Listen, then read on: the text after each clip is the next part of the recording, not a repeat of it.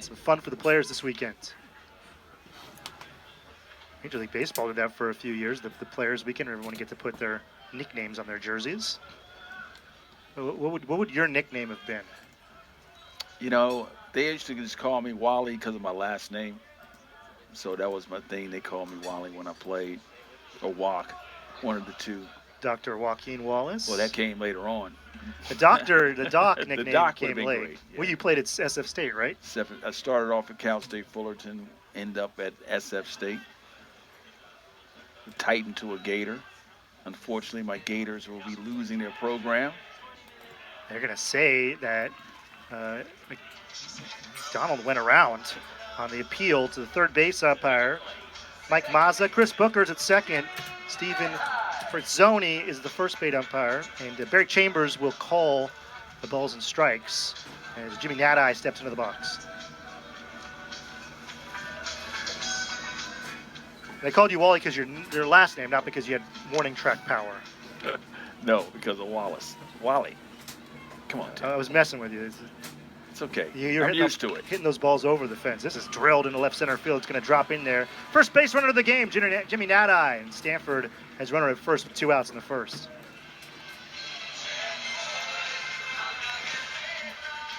So now hopefully Sensaki can get on track. He had a base hit yesterday. They're looking for big things from him, trying to get acclimated, coming from high school, different country over to United States, playing for Stanford Cardinal, has a great following. They need to get him untracked. As you mentioned, he has 4 home runs on the season. He hit his first against Duke on a Saturday just about 3 weeks ago. Then he hit 2 more on Sunday. And hit 3 home runs in that series. Been close a few times. Sasaki fouls the first one back. 292 hitter, 4 home runs, 24 RBI. And his nickname, kind of like yours, Phil Rennie. That's the last name. You know, in baseball, you always have a Y. If you look at it, that's like a thing for baseball. Don't know why, but it's always a Y with baseball at the end. Jones missing arm side there. Sasaki throws right-handed, bats left-handed. If you was playing, they call you probably Short C or Timmy. Timmy? No, when I played, a lot of Timmy. And if you ever watch South Park, one of my coaches loves South Park and would do the Timmy! Sasaki drills this ball down the right field line, but a nice running grab from Brocious, who was really positioned well. Sasaki hammered that ball, but Brocious was able to get it. 1 hit, 1 left for Stanford, 1 complete, no score.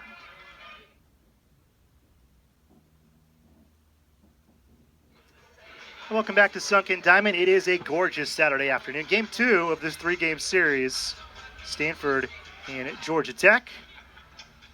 Yellow Jackets captured game 1 last night. Stanford just trying to get off of the schneid. They've lost 7 straight games in the ACC. Alex Hernandez, cleanup batter in the box against Lim. Stanford, you see, that's the second baseman, Nadai, who's to the right side.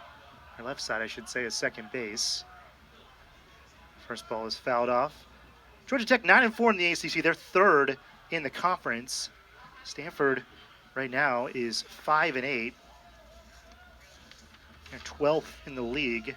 16 teams in the ACC baseball. 2 schools. Do you want some trivia here, Dr. Wallace? Yeah, let me hear it. 2 schools do not have baseball in the ACC. So 0-2 to Hernandez. Do you know the 2? Let me think about it. Let me think about that one. That's a good one. So I'm sure those at home, put your thinking caps on. There's 2 teams that do not have baseball in the ACC.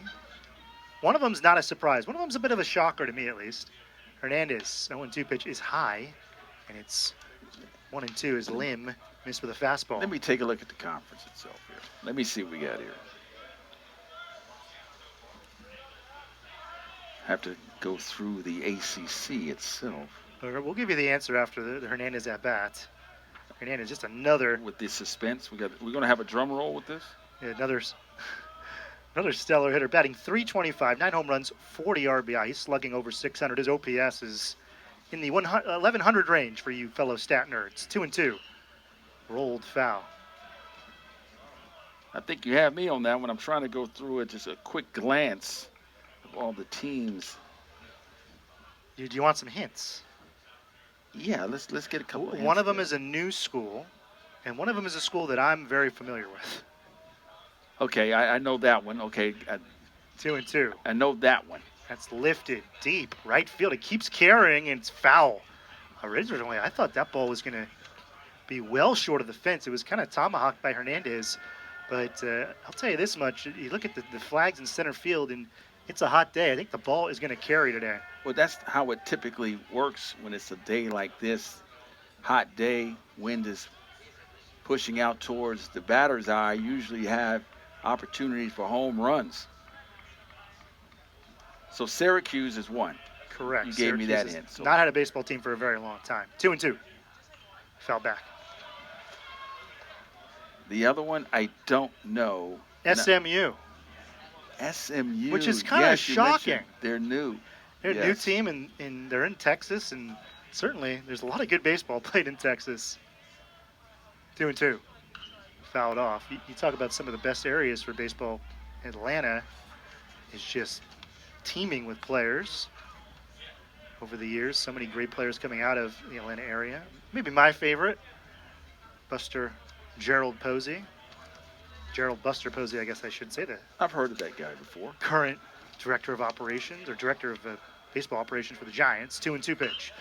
Drilled right through the right side hole by Hernandez. Good two-strike hitting. And Alex Hernandez, the first base runner for Georgia Tech. That's a great job of hitting. Stanford, as you mentioned earlier, had 3 over on the left side of the infield. Stayed inside out swing. Solid base hit.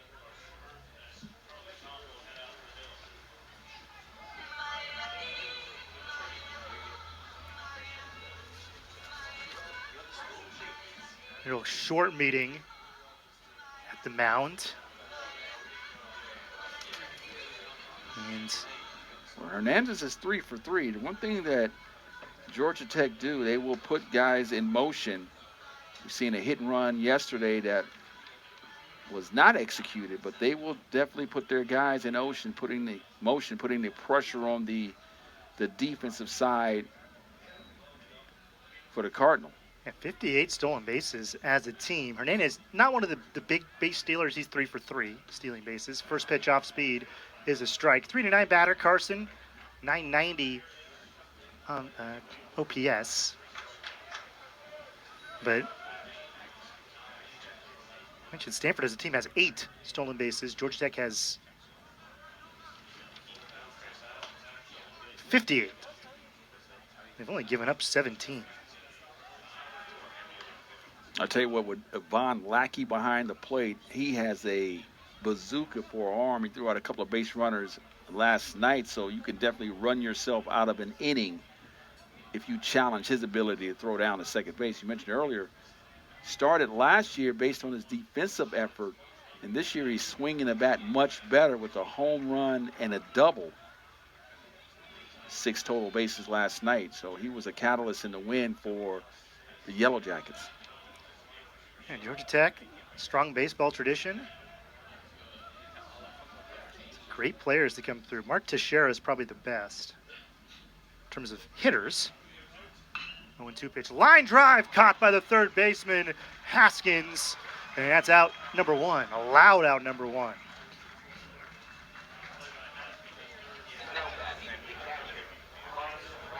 Great reaction from Haskins, and that's pretty close to 2 on, nobody out. It's the first out of the inning. How about some of these other names? Charlie Blackman, who just retired. Jason Varitek. Jay Payton. Matt Wieters. Nomar Garcia-Parra. Went to Georgia Tech. Yeah, they have a tradition and history, and those names that you're mentioning are well recognized in the game of Major League Baseball. Pop-up right side. This is not going to be easy. I don't think Nadi sees it. And thankfully for Stanford, Marsh, the right fielder, came in. Well, the sun is directly above. You can kind of see from the shadows that it was not an easy play. Nadi, I think at least, I don't think he saw the ball really well, and it went right straight up into the sun. When he looked up, he looked right up into the sun, and that's where your right fielder Marsh came in to help him out. It'd have been worse if it would have had some cloud. You see the haze just in left field. If that would have been over the field, that's what you consider a high sky. You lose it in the clouds. Gunnar Schaus stepping into the box. He hasn't played a ton. It's just his second start, 1 for 8, the designated hitter. He's talking about Georgia Tech players. I think, and I'm going to get on my soapbox here, one of the most underrated players of the 90s, 2000s, Kevin Brown. He was Georgia Tech Yellow Jacket. I think he should have gotten much better consideration for the Hall of Fame, but that's just me. 6 All-Star games. Pitched till he was really old. He pitched 20 years in the Major League Baseball. He made his debut in 1986, last year with the Yankees in 2005, and he was key for the Marlins in the 97 World Series. Swing and a miss. It's 0-2. Lim is doing a great job of getting ahead, throwing strikes early in the count. As we know, once you get ahead early, batting average goes down immensely. Throw over to first. This is a really good time to run. 0-2 count, 2 outs. Just a runner at first. You figure batter's in trouble, and if you can steal a base here, you give yourself more of a chance. A and B, you kind of expect Lim to maybe throw one in the dirt. Here's the pitch. Rolled. Foul. Lim tried to go with a cutter on the hands. Schaus, just his second start this year. Does have a home run in those 8 at-bats. Florida State leads the ACC. They're 8-2. Clemson is 7-3. All 16 teams will make a single elimination ACC tournament. There are staggers in terms of double byes and byes, but all 16 teams make it. Rolled foul.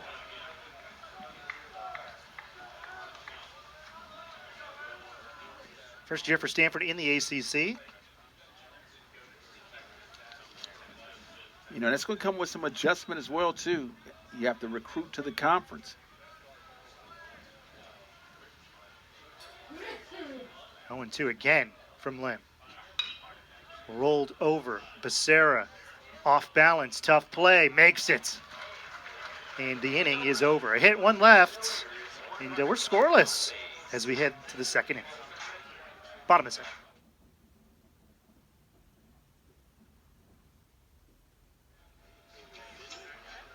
Tatum Marsh in the box. Ready to start out the bottom of the second. No score. First pitch from Jones is low and away. And it's 1-0. Tatum Marsh goes by the nickname Tater. And he just ate a tater. 1-1 to Marsh, batting .375, 2 home runs, 17 RBI. It's Players weekend here on the farm as Marsh drills this ball into right field for a base hit. Stanford has a leadoff single here in the bottom of the second. The 2 hits by Stanford has been solidly hit. Nice job of Marsh of keeping his hands inside the baseball, allowing the ball to travel, drilling it to right field for a leadoff single. But it is Players weekend, so players get their nicknames up on the scoreboard. And they also are not delivering, but they've created some food items. I want to give a shout out to Matt Scott. And there's a bunt, and it's a nice one from Becerra.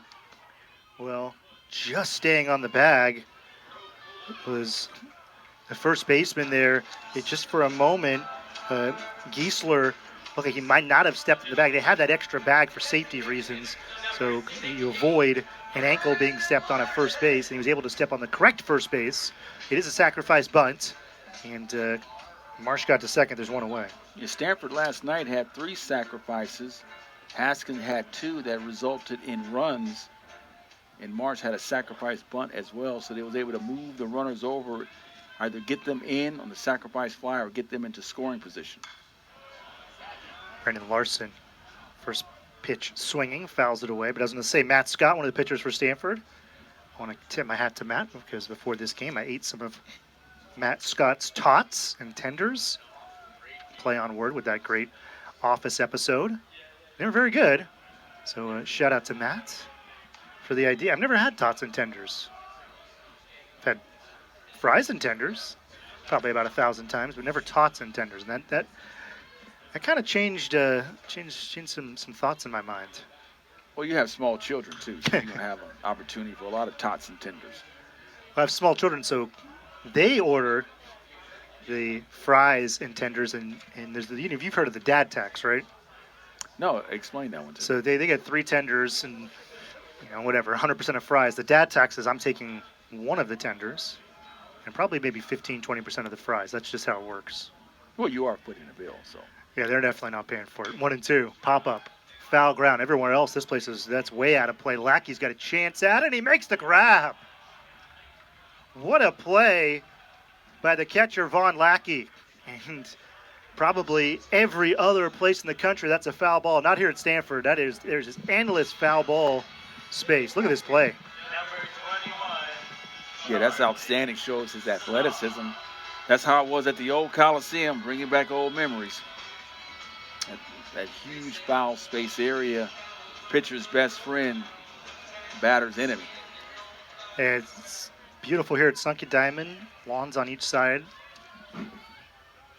Great seating set up here. And just tons of foul territory. As here's Charlie Somm, catcher, batting 250. He's hit with some power this year now. He's had 4 home runs. Jones, the 1-0. Let's say, I don't know if you saw it the other day, but Nico Horner, who is a great player at Stanford, he spent less than a year in minor league baseball before he made his debut with the Chicago Cubs. But he was playing in Sacramento for the Cubs against, I don't know what they call them. I don't know the Athletics don't say we're in Sacramento. They're just known as, they're kind of like Madonna, just the Athletics. But it was Nico, who grew up in Oakland, played baseball and high school baseball, Little League baseball in Oakland, was really upset about not being able to play in Oakland, playing in the minor league ballpark in Sacramento for the artist formerly known as the Oakland Athletics. The Athletics in limbo. I don't know exactly what to call it. I think a disaster is what you can call it, but the Athletics. Yeah, I like that. The artist formerly known as the Athletics. I'm going to use that one. You can steal it. 3-1. Low and away. Nice job by Somm to draw a walk. Yeah. Nico Horner, one of the many Stanford Cardinal on major league rosters. Seeing Cal Stowers over at Miami scored the winning run opening night. Yeah, I think, did you call him the Stour of Power? Probably did. Yeah, I mean, he hit some monster home runs while he was at Stanford. He was also a great pitcher, too. Remember that blonde hair out in center field, making plays, the lefty. I believe this one's rolled off to the left side. It's a deep play across the diamond in time for Kirst, and the inning is over. And I'll say real quick, I believe during a Stanford regional one year, Cal Stowers was drafted by the Baltimore Orioles while he was in the box. No scores. We head to the third. Dr. Joaquin Wallace takes it over for the third and fourth.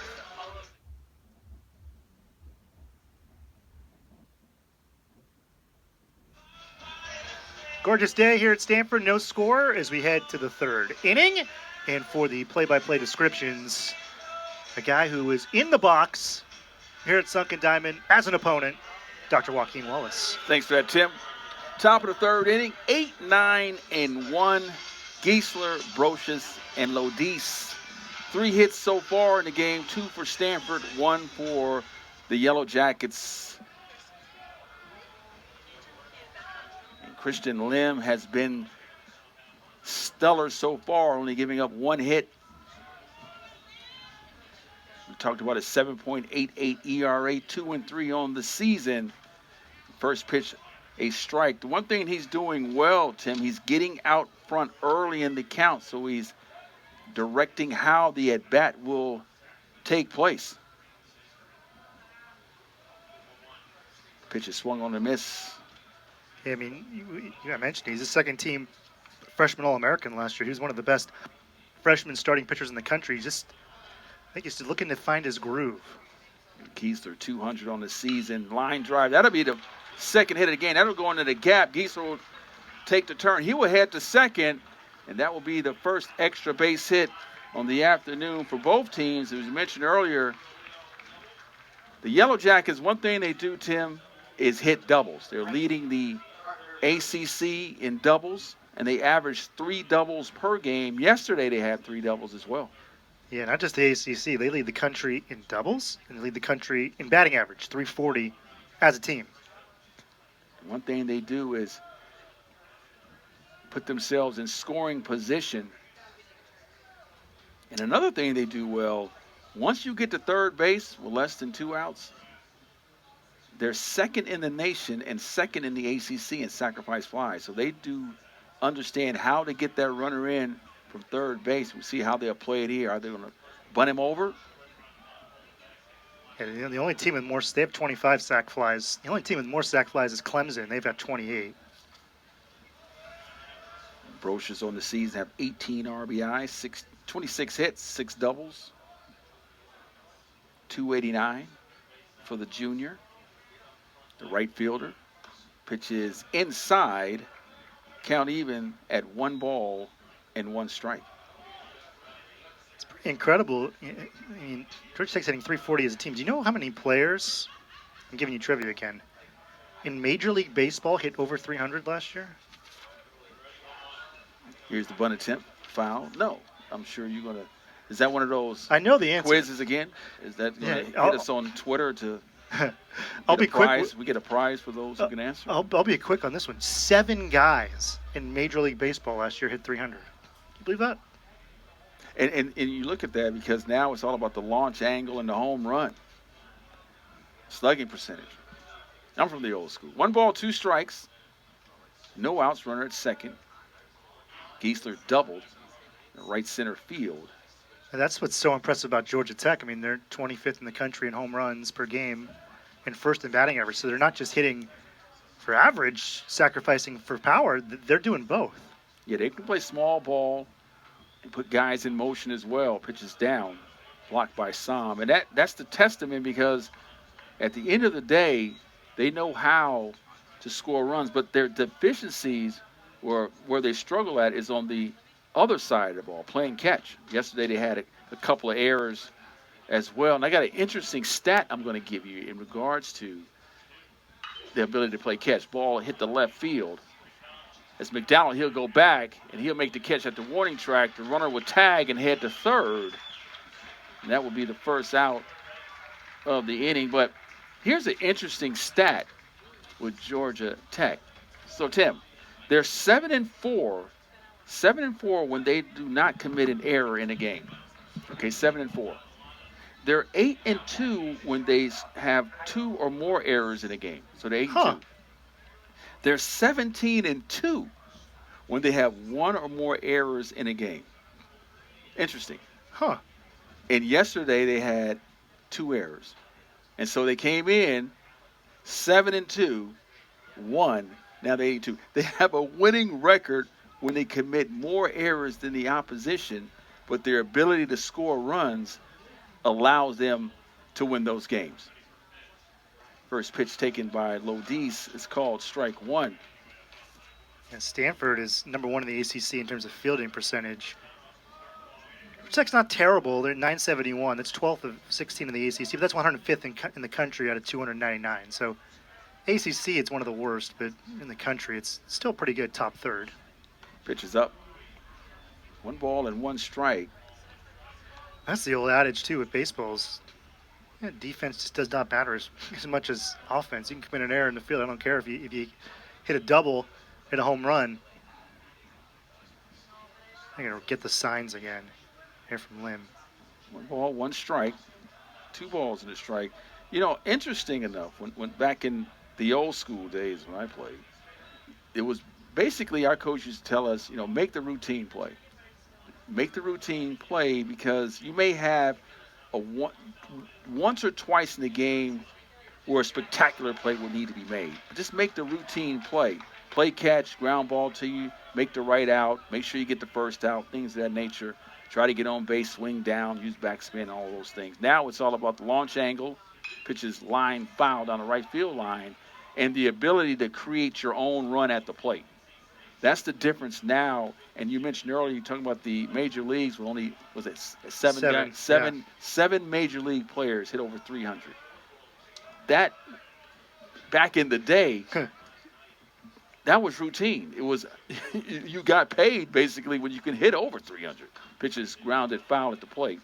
Count stays at 2 balls and 2 strikes. That just shows you how the game has evolved. Some purists do not like it. The new age, the Gen Zs love it. So what's your take on it? Whew.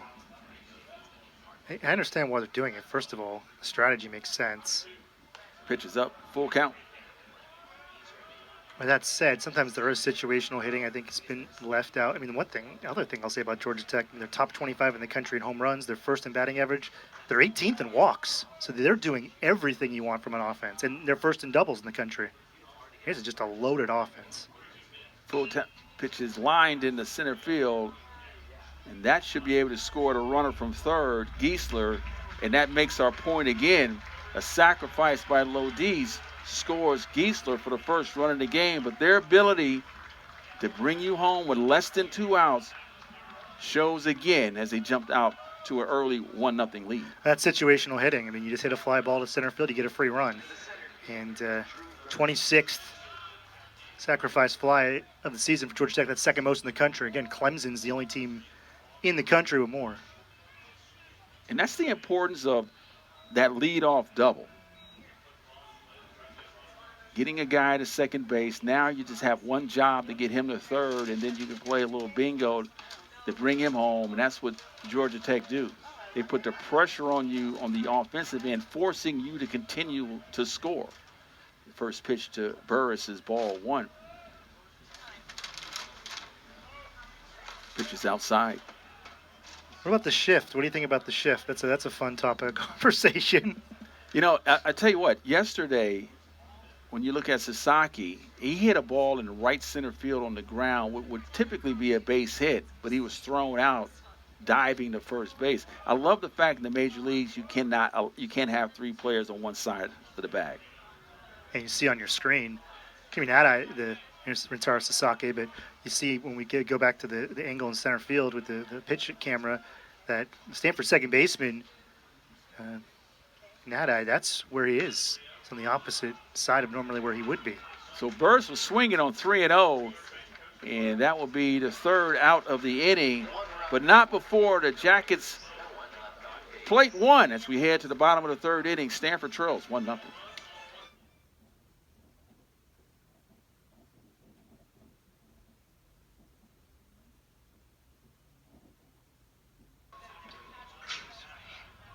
Bottom of the 3rd inning, welcome back. Beautiful day for baseball down on the farm. Dr. Joaquin Wallace and Tim Schwartz welcome you to some ACC Saturday afternoon baseball. Stanford finds themselves trailing 1-0 as Yellow Jackets was able to manufacture a run with a leadoff double by Giesler. He was brought in on the sacrifice fly by Lodis. And that's where we stand 1-0. And Haskins will step in, fly it out to left field, his first time to the plate. See if Stanford can get something going here in the bottom of the 3rd inning. Pitches up, ball 1. Trevor Haskins, his nickname, he elected to go up with the scoreboard. 5, kind of taking a page out of the book of Ole 9, who is the head coach here at Stanford, Mark Marquez, forever. And that's a base hit, line drive up the middle. That's the 3rd hit on the afternoon for the Cardinal. And that's the 2nd time they have had a leadoff hitter reach on a base hit. First time was Tatum Marsh in the 2nd inning. Now you have Haskin as well. McDonald to step in, struck out looking his first time to play. They're trying to get him untracked, making the start yesterday in the DH role. Now he's in the field. Has got a late scratch was the right fielder, Brady Reynolds. So McDonald First pitch swinging, grounds to second, short for one, and that's all they'll get. I get a idea by Liddy's to not try to do too much. No real chance. McDonald, left-handed batter, got out of the box pretty well, but Hernandez, a good decision to get the lead runner. The situation there, as you mentioned, Lodiz could have tried and threw the ball away. Now you have a man at second base. So, as I mentioned earlier, you just want to play catch, make the routine out. They got the lead runner, keeps the double play in fashion as Natai will step in. Singled his first time up.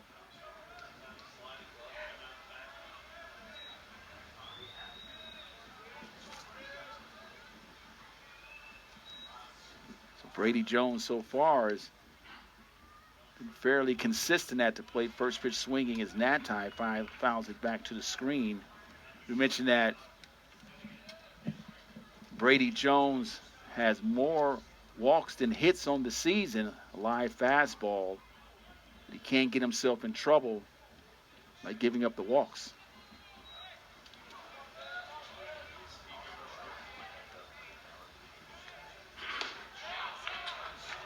Slider on the outside corner. 0-2. McDonald reached on the fielder's choice. Has an attempt at a stolen base. Pulled his hamstring in the first series against Cal State Fullerton. Well, his line foul down the left field line. Count holds at 0-2. We mentioned Kyle Stowers and Nico Horner, 5 other major league players for Stanford, as they're going to have a meeting at the mound. Eric Miller, big left-handed reliever. He's done a really good job with San Francisco. Tommy Edman got traded last year and won a World Series with the LA Dodgers. Austin Slater, part of the White Sox for the first time. And Cal Quantrill,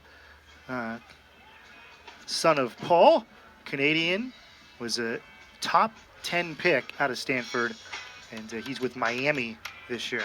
Tim, you got any more fun facts you want to give us right now? Between this short visit on the mound here? Put your Twitter handle up, and how about those who can answer, just hit you on Twitter with the answer. How about this? There's 16 teams in the ACC, and 11 of them are at least receiving votes right now. It is a kind of a ridiculously deep league. Florida State and Clemson, 1-2 in terms of the standings, and 1-2 in terms of both are in the top 10. But I think the depth of this league is so impressive. Georgia Tech ranked as high as 22. After the visit to the mound, skied in the right field. And that's Parker Brocious to make the catch. You know, it's amazing, Tim, how after a visit to the mound, either the next pitch is a strike or a ground out or fly out. Why do you think that's so? I think a lot about it refocused, and I think a lot of times too, like for pitchers, it's about mechanics and being kind of reminded, hey, keep your elbow in, hey, go through, your angle or your release point's not right. And I think at one time the pitching coach, manager, whoever, reminds the pitcher, they kind of get a little refocused, especially for a guy like Jones who has great stuff. Which is grounded to short, and that will be the third out of the inning. Yeah, that was Lodiz, who was by himself on the left side. They moved the third baseman to the right side of the infield. Yeah, that's that shift we talked about. One hit, one runner left on. No runners left on. We head to the top of the fourth inning. Stanford trails 1-0.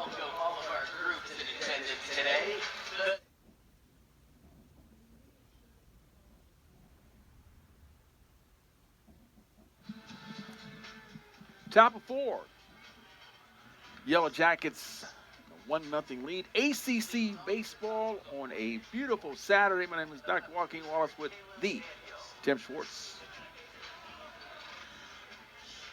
Yellow Jackets was able to score in that second inning. Actually, the third inning. The sacrifice fly by Lodiz. Bring home Geisler, who doubled in that inning.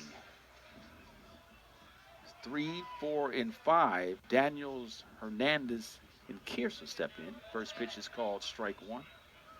Drops over the outside part of the plate. Slider action, a little slide piece.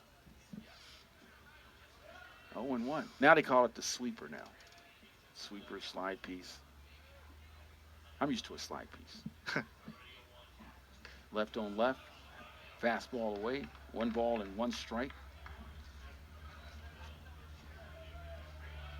Daniels came into the game 344, 3 home runs for the freshman. It's hard to tell a lot of guys too now. Like, I feel like they've kind of blurred the lines between a slider and a curveball. It used to be called a slurve, but all the guys you see pitch now have that pitch that you can't tell. You can't really tell. Is it a slider or a curveball? 1 ball, 2 strikes, which is fouled off.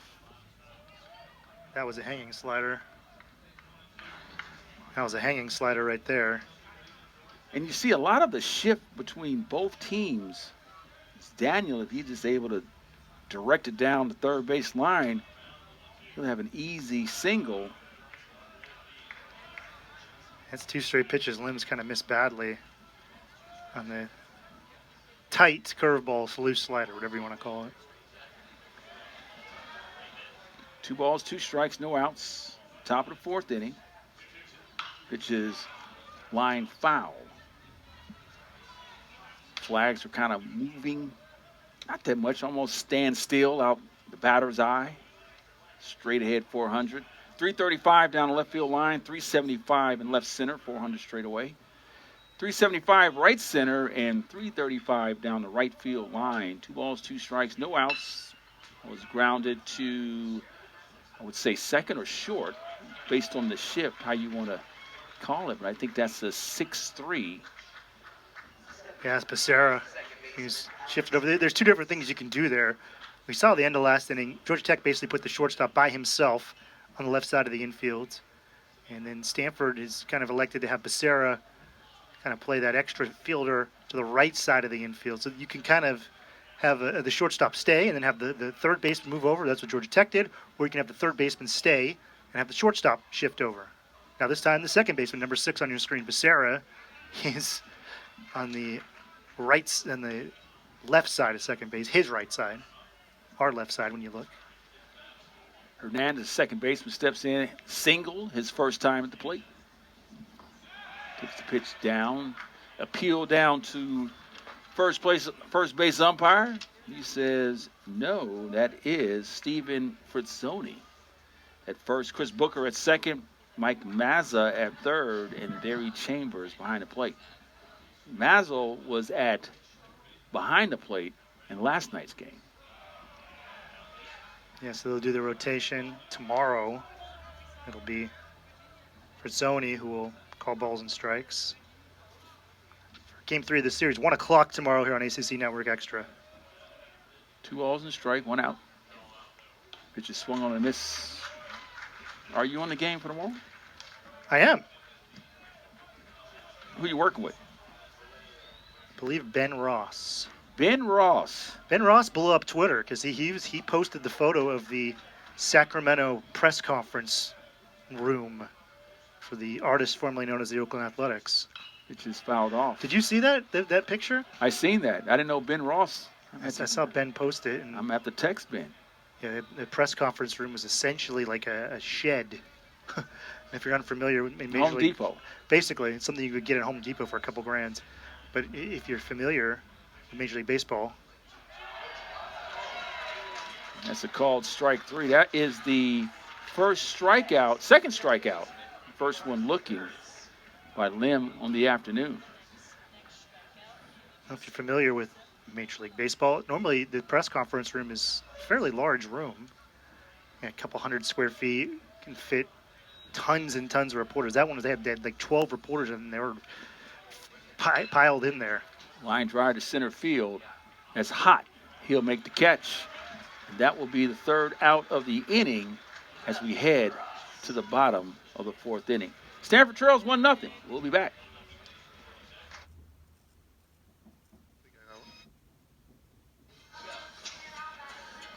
Bottom of the 4th inning. Stanford trails 1-0. Georgia Tech scored the lone run in the 3rd inning. A double by Giesler, who's brought home by Lodis on the sacrifice fly. 5, 6, and 7 for the Cardinal. Marsh, Becerra, and Larson. First pitch swinging is Marsh. He's strike one. Marsh has a single first time at the plate.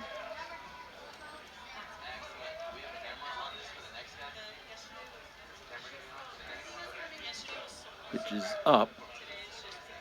Brady Jones, so far, so good. His pitch count, I believe, is at 38 so far. So he's been stellar on the mound, considering that one of his weak points, Tim, is his control. He's been spot on. Yeah, he's had it today. He has been really good. He is not falling behind batters. Pitch is lined in the center field. That'll be a base hit. That'll be the second hit on the afternoon for Marsh. And that's the second time he's led off the inning with a hit. Yeah, just real quick for Jones. I mean, it's 40 pitches, 25 strikes, and just one walk. So he's done a very nice job. And you're talking about Marsh as a hit. Stanford has 4 hits, but they're all singles. So you don't give up a lot of walks, and you only give up singles. Like Jones has today. You've done a good job. This is a chance for Stanford. Last time they were in this situation, they went to the sacrifice bunt. Let's see what they do here with the number 9 batter. So again, the bunt by Becerra again. Try to get the runner in the scoring position. Last time it was able to, as you mentioned earlier, it was successful. And Larson grounded out. Sam had bases on balls and hot on 5-3 to end the inning.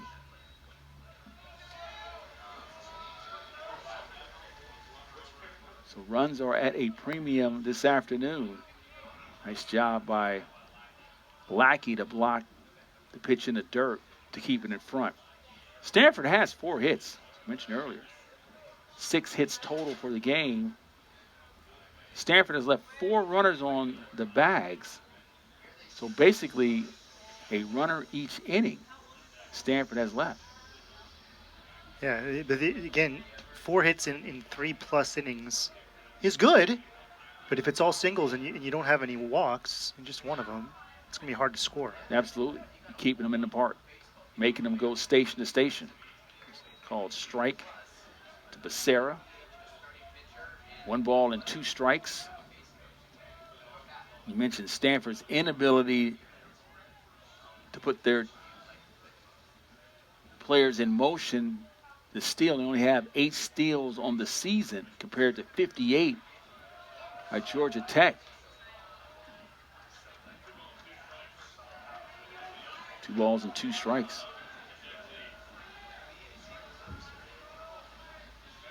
Stanford is really not a team that hit a lot of home runs. Take that back. He had 35 home runs, in fact. So take that back. Speaking of Georgia Tech, only 18 home runs on the season. So they're the old Earl Weaver theory, the 3-run home run. 3 balls and 2 strikes. Runner takes off, all lifted to center field.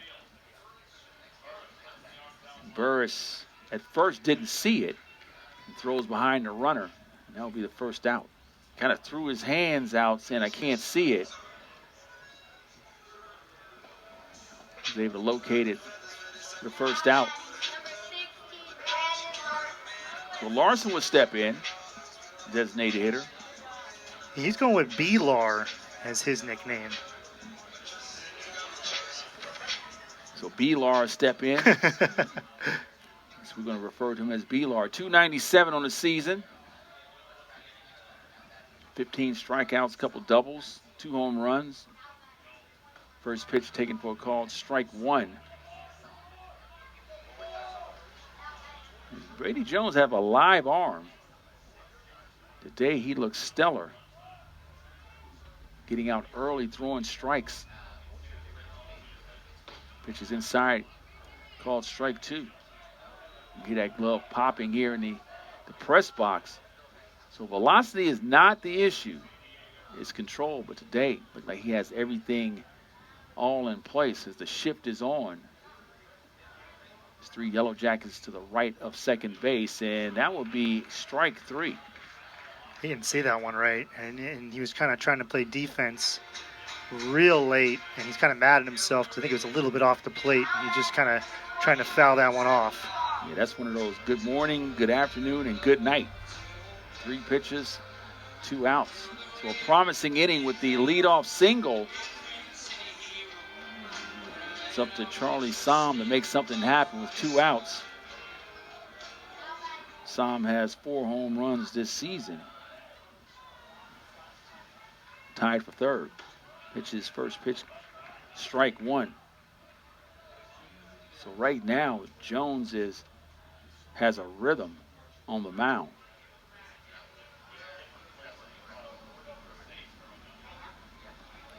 Nice job by Lackey with the backhand.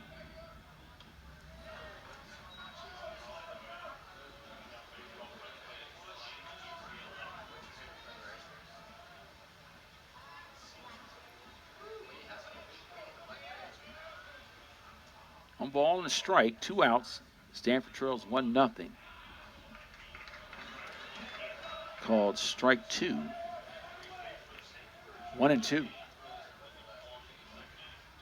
Bottom of the 4th inning. Stanford trails 1-0. Has 4 hits, 1-2-0. Pitch is grounded to foul down the third baseline. Yesterday, Kearse had an adventurous day at Kearse had an adventurous day at third base, had 2 throwing errors. Both of them were at the second base on ground balls, trying to force the runner out. He's not able to get his feet set. Stanford really was not able to take advantage of it. Let's go back to that stat that I mentioned earlier, the two or more errors. Yellow Jackets are 8-2, came in 7-2, so that didn't bother them whatsoever. They had a huge 4th inning. 5th inning, rather, with 3 runs. Took the lead back from Stanford, and that was pretty much it. Pitch is up. I like that 1-2 pitch. Throw a fastball eye high. You try to change the sight level. Yeah, Somm definitely thought about it. Now probably a slider low and away. So I'm thinking as a hitter now. I'm looking slider low and away. I mean, I didn't play college baseball like you did, but I've spent a bit of time in professional baseball, watching baseball. I mean, the simple rule of thumb for those of you at home, it's hard in, soft out. It's hard inside, soft outside. Absolutely. 2 balls, 2 strikes, 2 outs. Right back to it again.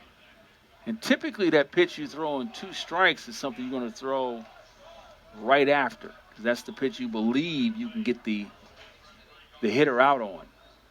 So he felt that slider was something that he can get Somm to bait at, but he didn't. Now, this one most likely should be a fastball.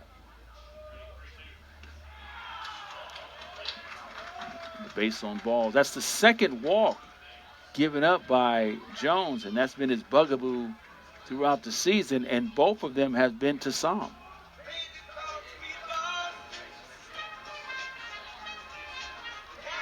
So Stanford now has their first runner at second base. Actually, their second runner at second base. Now they try to drive him home with Ethan Hott. Hott grounded out to third his first time to the plate. Tying run is at second base with Marsh. First pitch is called strike 1. This is the most traffic that Brady Jones has faced this afternoon. 0-1, runners at first and second. Pitch is down, 1 ball, 1 strike. Marsh led off the inning with a base hit. Becerra flied out to center.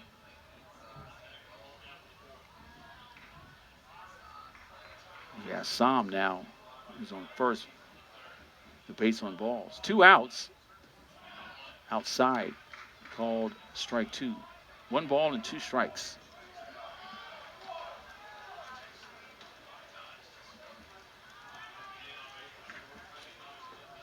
Stanford has a chance here. Always like to have the 2-out base hit.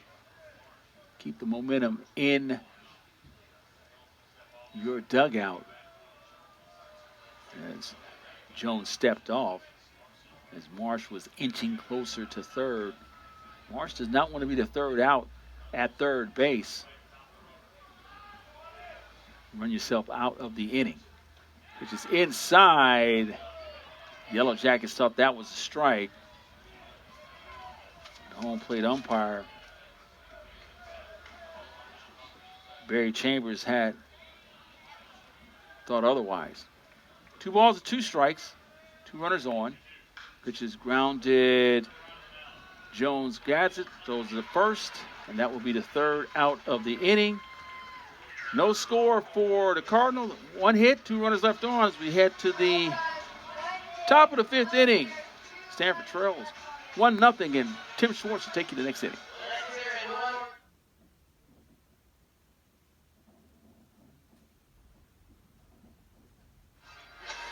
Top of the 5th inning, Stanford finds himself trailing 1-0, and Tim Schwartz will take over the 5th inning. Thanks. Go ahead, Tim. Thank you, Dr. Joaquin Wallace. We mentioned his playing days. SF State playing here as an opponent against Stanford in post-playing days. Some time in the Giants front office as well, Dr. Wallace, for you. Yeah, appreciate you mentioning that.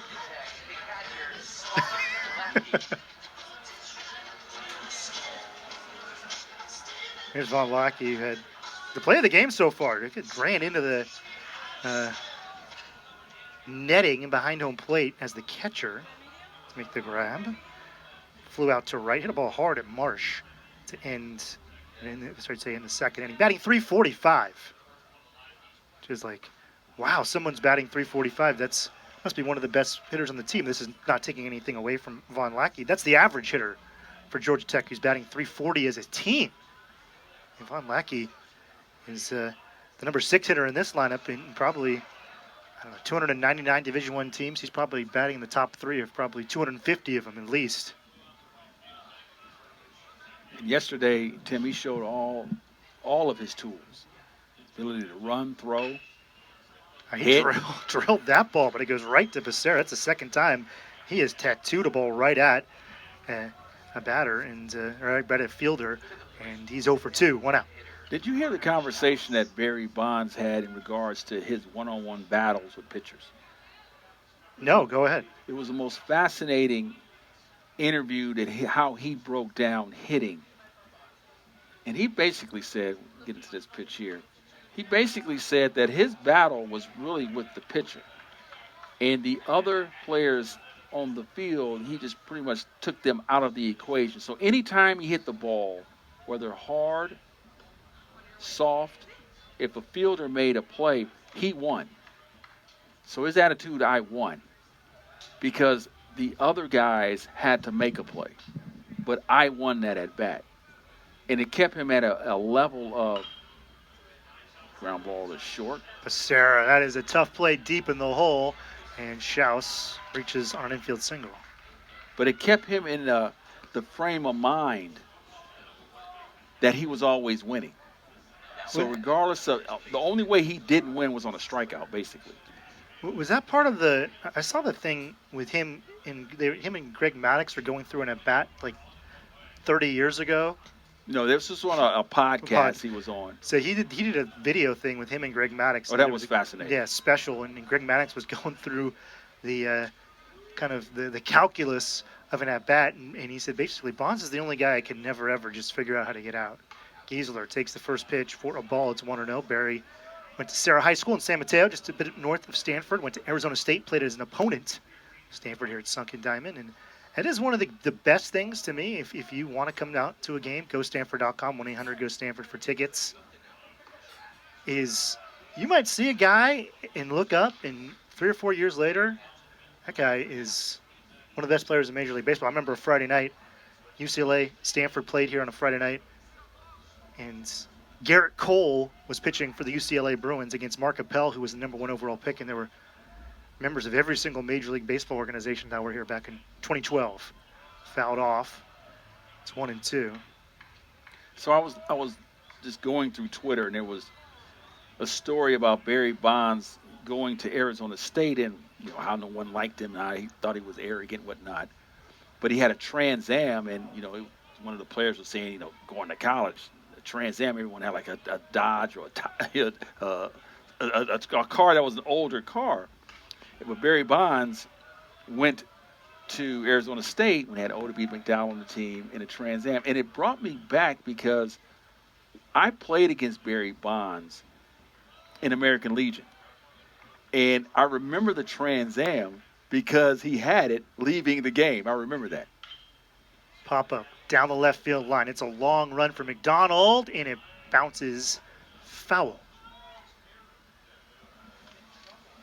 So Barry Bonds Jr.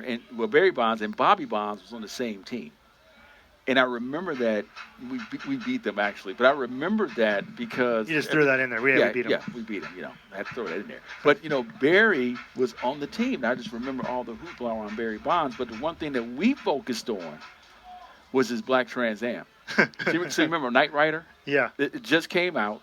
The Knight Rider came out, and then he had that black Trans Am. We was all looking at it like, that's the black Trans Am. Barry Bonds was in the car, right? Interesting. So when I heard the story, I thought about that. Out of play, foul ball. Hey, you just never know. And with the ACC coming here, you can see the next Mark Teixeira, next Mark Garcia-Parra, next Kevin Brown on Georgia Tech. And over the years, there have been so many incredible players that were in the Pac-12, for and against Stanford. And think of like Mark McGuire, Randy Johnson at USC. 2-2. It's off the outside. So I'm telling my age. So I remember when John Elway played, and they played Cal, and I went to Cal to watch him take infield and outfield, and his arm was just ridiculous throwing the ball. 3-2. Off the outside. And one of the great traditions at Stanford has been the football-baseball player, John Elway. Mark Marquis, who is the manager here at Stanford for well over 30 years, he was a two-sport athlete. He encouraged it. We were kind of talking off the air. This guy, Tyler Gaffney, who led the Pac-12 in rushing, was also drafted. A guy by the name, you might have heard of him, Toby Gerhart, who finished second in the closest Heisman voting ever and was also a power hitter. And, there's so many players over the years. One of the most underrated is the current general manager of the San Francisco 49ers, John Lynch, was drafted by the Miami Marlins, ended up becoming a Hall of Fame football player instead. So I'm gonna give you one. So we played against the Stanford, like I said, in '87. Toy Cook, defensive back for the Saints, he was on that team. Was Walt Harris, Brian Walt Harris, Johnson? too.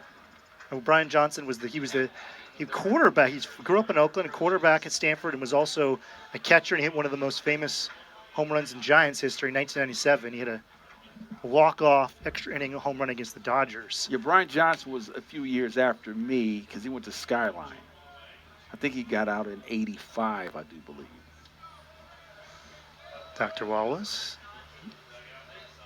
giving out his own timeline. I wasn't going to say when you went to high school, when you went to college. That's up to you. Parker Brocious, right-handed batter, runners at first and second for Brocious, the right fielder, batting 286. Bunts it right to Lim, who looks to third. Now it's got to move quickly to first. Sasaki gets there in time. Shouts to third. Giesler to second. And there's 2 outs. So that's interesting, bunting with 2 outs, with 1 out, moving the runners in the scoring position. So we'll see how this plays out. But it gives Lotus a chance to hit with runners in scoring position with a chance to drive in a couple. So far he's 0 for 1. He's a sacrifice fly in the third inning, the only run of the game. But that's showing a lot of confidence, Tim, to bunt the runners up and have one of your top guys at the plate with a chance to drive them in. First pitch, strike on the inside. Just thinking about some other great, now I guess he could be called an ACC legend, but former MVP from Cal, Jeff Kent. So it's a great thing. You can see some great Stanford players here at Sunken Diamond. You also might see a great opponent like Lodas, who's Betting 393, swing and a miss at a high fastball. It's 0-2. Lim gets ahead quickly. They're going to call an offensive timeout. This is a big difference between professional baseball and college baseball. You're allowed an offensive timeout in collegiate baseball. I like this one. Lim's in a groove. Runners at second and third. It's 0-2. You got your best hitter, your leadoff batter, who's batting 393 up there. Why not make Christian wait for a moment? And I says the only RBI of the game had a sacrifice fly in the third. Yeah, but one thing that Lodis does do is strike out. He's tied for second on the team in strikeouts. With Hernandez, the leader is Brocious.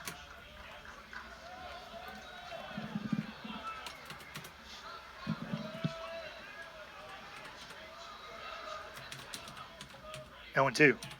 Fouled straight back. I'll give you one more Pac-12 legendary name that one of my favorite players, I don't even care, baseball, football, whatever, to ever watch, Tim Lincecum. Went to UW. He was like striking out 16 batters per 9 innings. Before he won 2 Cy Youngs with the Giants. Yeah, and he continued it on, as you mentioned, 2 Cy Youngs. 2 no-hitters. 3 world championships for Lincecum. With the wild throwing motion. Put a lot of strain on his arm. 1-2. Rolled foul. So one thing that, when you look at it just from a strategy standpoint, by having the runners at second and third, that could possibly take a pitch away from Lim as well, too. Because anything in the dirt can get by Sam that can score 1. So, and maybe 2 here at Stanford because there is so much foul ground. I've seen guys score from second on a wild pitch. Great point. 1-2. I missed high. Didn't follow through with the off-speed pitch. And so what that does, Tim, is that you have to have so much confidence in your catcher that he has the ability to block a ball. So a hard slider, back leg slider, something along those lines, you have to have supreme confidence that he can block the ball if he wants something down in the dirt. Because if not, if he gets under his glove, that's, like you said, that's at least 1, possibly 2. So bunting those runners up from a strategy standpoint, it puts Lodis in a situation where he understands that the pitch has to be up. Anything down, you run the risk of something getting in the dirt. Drilled. 1 hop. Becerra knocks it down. Barehanded throws to first. Not in time. Infield single for Lodis. He's got the second RBI of 2 runs in the game. Schau scores. Giesler gets the third. And Georgia Tech takes a 2-0 lead. That was difficult play for Becerra. He did a good job just knocking it down. And he almost had a play at first. You see Lodis got out of the box pretty well. Knocks it down. The only play was to barehand it, and he was safe at first. And so that goes back to my point. Lodis understands that the pitch has to be up. And so he was able to put a nice swing on the ball, and his speed took over. That's a great job of coaching as well, bunting the runners up, getting him in the scoring position. And again, Lodis was able to deliver. First time was a sacrifice fly, this time with a base hit. Runners at the corners for Burris. Ooh, he tried to uncork on one. Burris flew out to right, popped out foul territory. It's Haskins, the third baseman. 0 for 2. So I wouldn't be surprised if Lodis were put in motion here. Just off the inside, 1-1. Try double steal here, maybe? Especially if it's 2 out or two strikes. And at that point, you can send them, hopefully throw through, you can do a double steal. And if he gets thrown out, you lead off with Burris the next inning. 10 home runs for Burris. Pops it up. That one's hit deep, though. That one keeps going. It keeps going. It keeps going. Out to right, and it's caught. Marsh has it. He backspins that one all the way to the wall. That one just kept on carrying. A very long out, number 3. So 1 run, 2 left on base, and Georgia Tech leads 2-0 as we go to the bottom of the 5th.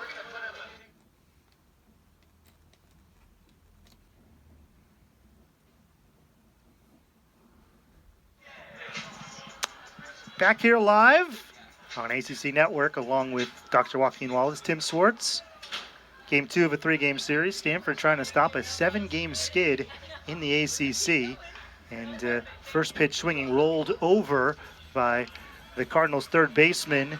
Haskins, the leadoff batter, is thrown out for out number 1. Jones, the pitcher for the Georgia Tech Yellow Jackets, 4 1/3, 2 strikeouts, 2 walks, 63 pitches, 39 strikes. And Brady Jones has been very sharp today. Yeah, we mentioned earlier his bugaboo has been his control, but today he's been spot on. First pitch strikes and pitching with the lead as well. And I'm sure this is something that the Yellow Jackets need. In consideration is that their relief pitcher, their All-American, Mason Patel, had over 70 pitches thrown last night. So don't know if he would be available for this afternoon. Patel is one of the top pitchers in the country. He was mid-season All-American nominee. And he was spot on. And he came in the game. It was pretty much lights out for the Cardinals.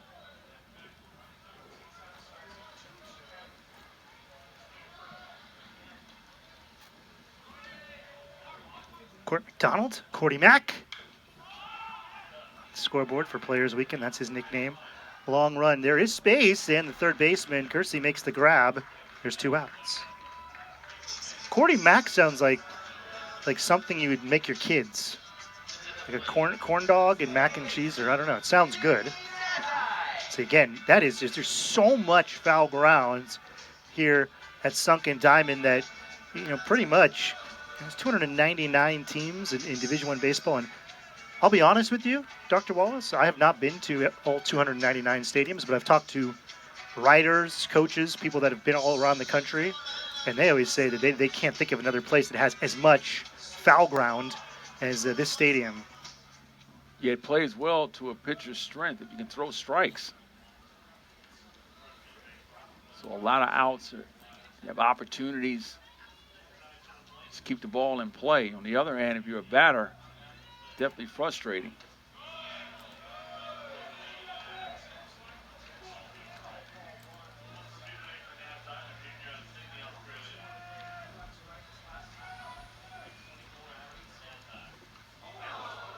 I hit that eye. So Stanford will take it. There hasn't been, despite how good Brady Jones has been, he hasn't had a 1-2-3 inning. That eye.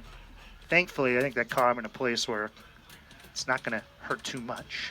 Easy for me to say up here. I didn't play in college like you did. I played baseball growing up, and I got hit by pitches, and none of it's never like, oh, it's just nothing, but there's certain places you want to get hit and certain places you don't want to get hit. Well, regardless, it all feels the same, regardless where you get hit. Okay.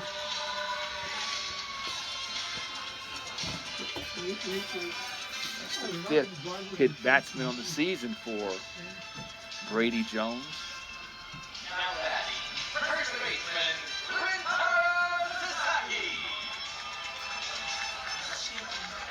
There's opportunity. Sasaki can make them pay with the home run to level this game.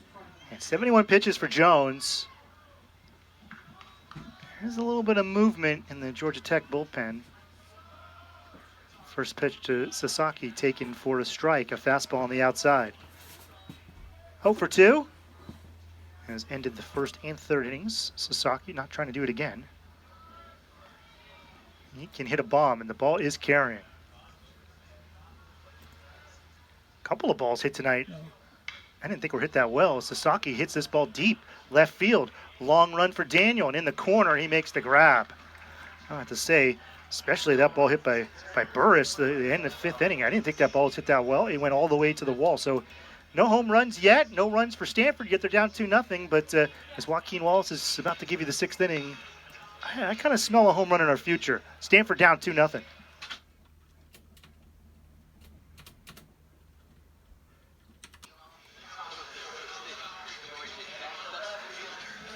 Georgia Tech leads Stanford 2-0, game 2 of this 3-game series. And for the 6th and 7th inning festivities, hand it over to Joaquin Wallace.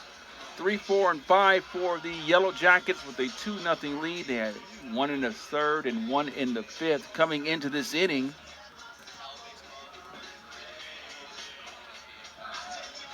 Christian Lim has thrown 87 pitches.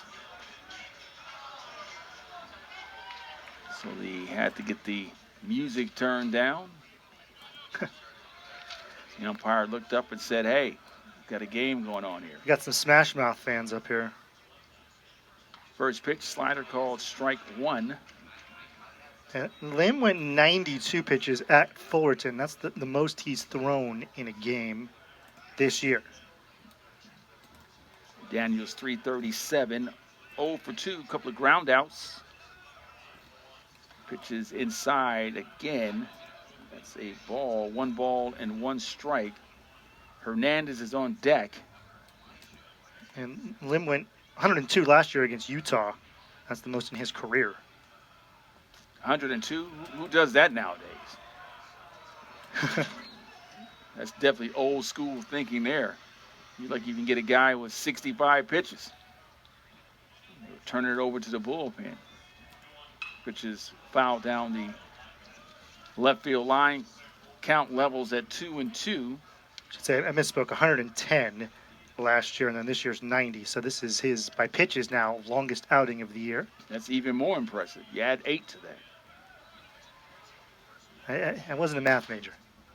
Pitch is taken for a strike 3. And that is the third strikeout on the afternoon by Lim. That's the second one looking. The backwards K. Yeah, I don't think Daniel thought that was, and honestly, I don't thought that was a strike. I thought that was a little outside. So Alex Hernandez will step in. Hernandez is 1 for 2. We mentioned the 3 strikeouts, 2 looking. Hernandez was one of those in the 4th inning. Pitches lifted, first pitch swinging into right field. And drifting over and making the catch is Marsh. And that will be the second out of the inning.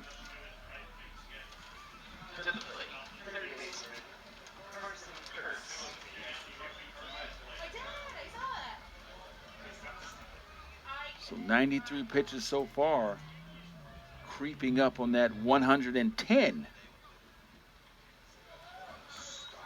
His career high against Curse.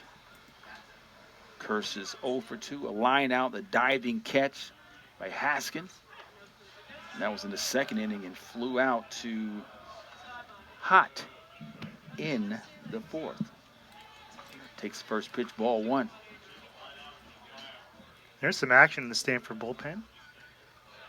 Just kind of throwing the ball around, though. It's not too hot and heavy. In fact, I see talking about 2 sport athletes and 2 sport stars. There's a couple Stanford relief pitchers getting their John Elway on. 2 balls, no strikes, 2 outs. Top of the 6th inning. Pitch pours in for strike, 2-1. How about Chad Hutchinson? He's played quarterback. He started games as quarterback for the Dallas Cowboys. He was also a great starting pitcher here at Stanford. Pitch taken outside. 3 balls and a strike. On deck is Von Lackey, the catcher. Hit a couple of hard line drive outs.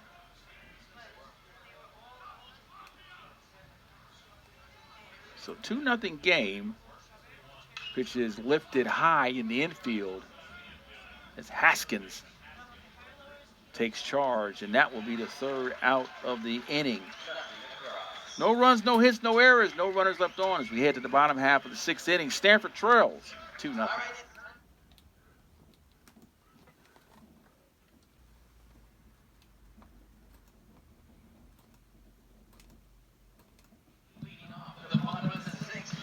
Bottom of the 6th inning, Stanford finds himself trailing 2-0. They'll send up to the plate 5, 6, and 7. Brady Jones so far, 72 pitches thrown, 4 hits, a couple of base on balls, a couple of strikeouts. Faced 22 batters. on the game. Pretty spot on. 2.86 ERA. Dropped that down. Came in over 3. And that pitch runs in and hits Tatum Marsh. You know, that's Marsh's third time leading off, getting on first base. First couple of times had a base hit in the second, base hit in the third, but he's been stranded, has not been able to come around and score. And it's pretty much the same thing. Becerra, first time up, bunted him over. Second time up in the 4th inning, tried to bunt him over, was not able to get the job done. So we'll see what Esker says. What do you think, Tim? What do you think? You want to have him swinging away or try to bunt him over? Yeah, swing away. Got a big hold of the right side. And you were right. First pitch swinging. Strike 1. Stanford's had a base runner in every inning. And they've had a leadoff hitter in 2 out of the 4. 2 out of the 6 innings. Yeah, I don't think anybody's got to third base yet for Stanford.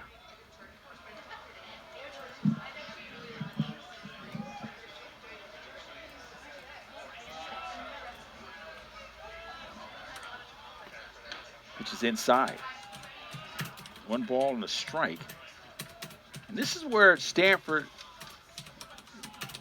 who doesn't run a lot, Marsh is 1 for 5. I'm sure he's not a candidate to take off at this point. Pitch is grounded. Third base, that'll go down the line as Kurtz was not able to bring it in. And that'll be a double. Runners are moved to second and third.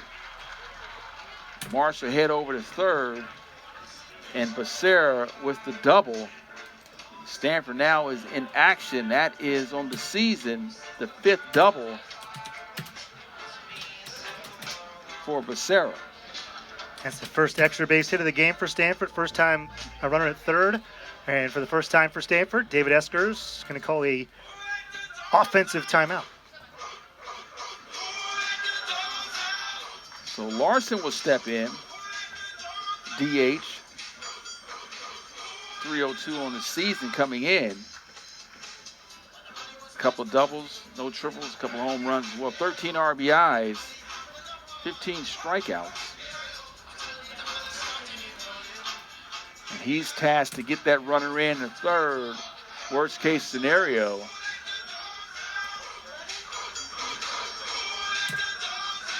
And it looks as though we may have a pinch hitter.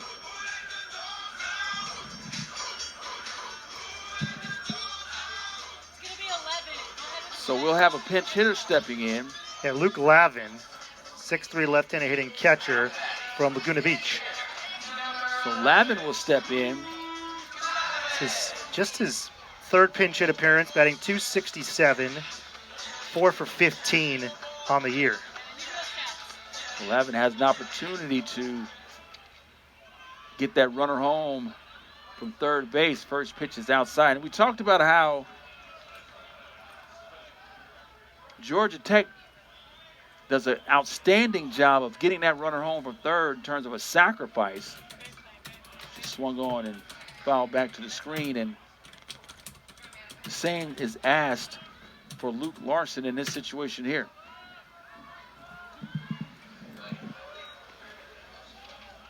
Yeah, Luke Lavin, really good left-handed batter.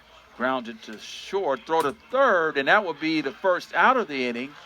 And that's smart in regards to Lodis understanding the play was right in front. A base running error there. Yeah, fielder's choice RBI for Lavin. The big thing, too, Stanford, if he doesn't make that play, they've got a runner at third in less than 2 outs.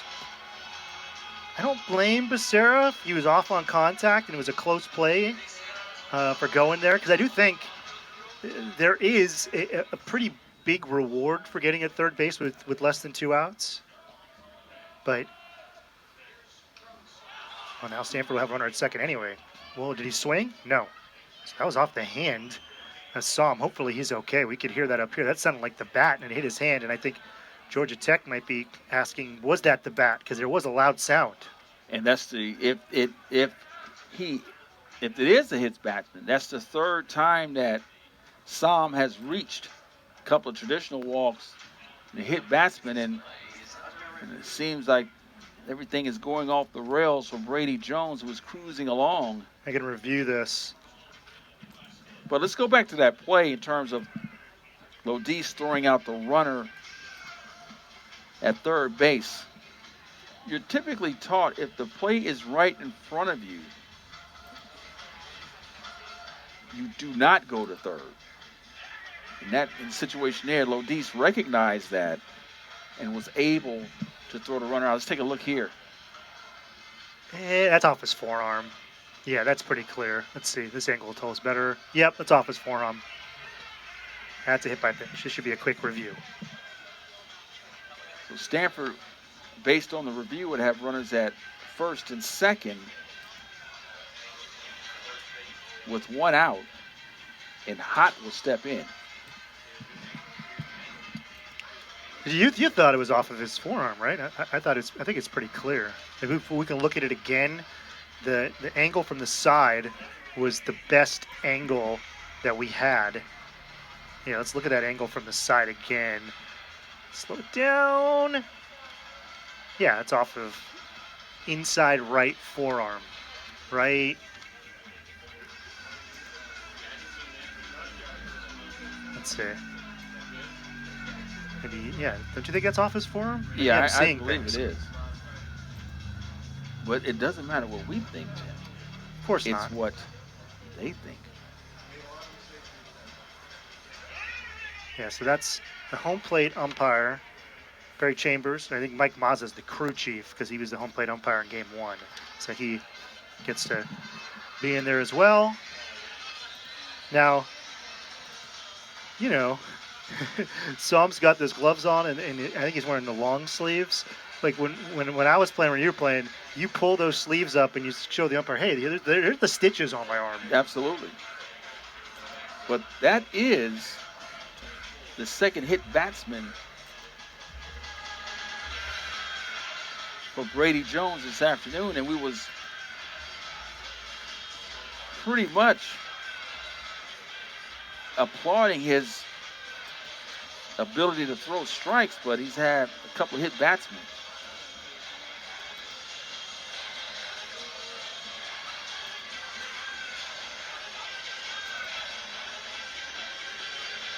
Stanford has a chance to tie this game. I'll tell you this much: the longer this review goes, the worse it is for Stanford. Yeah, I would agree with that. That's a great point. Anytime you're watching a review for any sport, the longer the review is, the worse, the higher the chance it's overturned. Let's see. You know, also, it's the first time that Stanford has been able to score leading off the inning with a base runner. So they're going to say, I think the language is the play stands. So that typically says they don't have enough evidence to overturn it.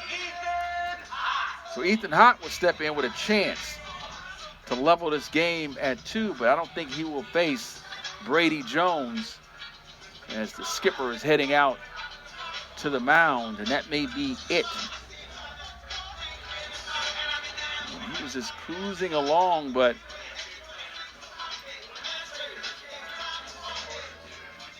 led off the inning with a hits batsman. He comes right back with another one as well. So 2 in the inning. That's been pretty much undoing for Brady Jones. We'll take a break and tell you all about the new pitcher coming in for Georgia Tech right after this.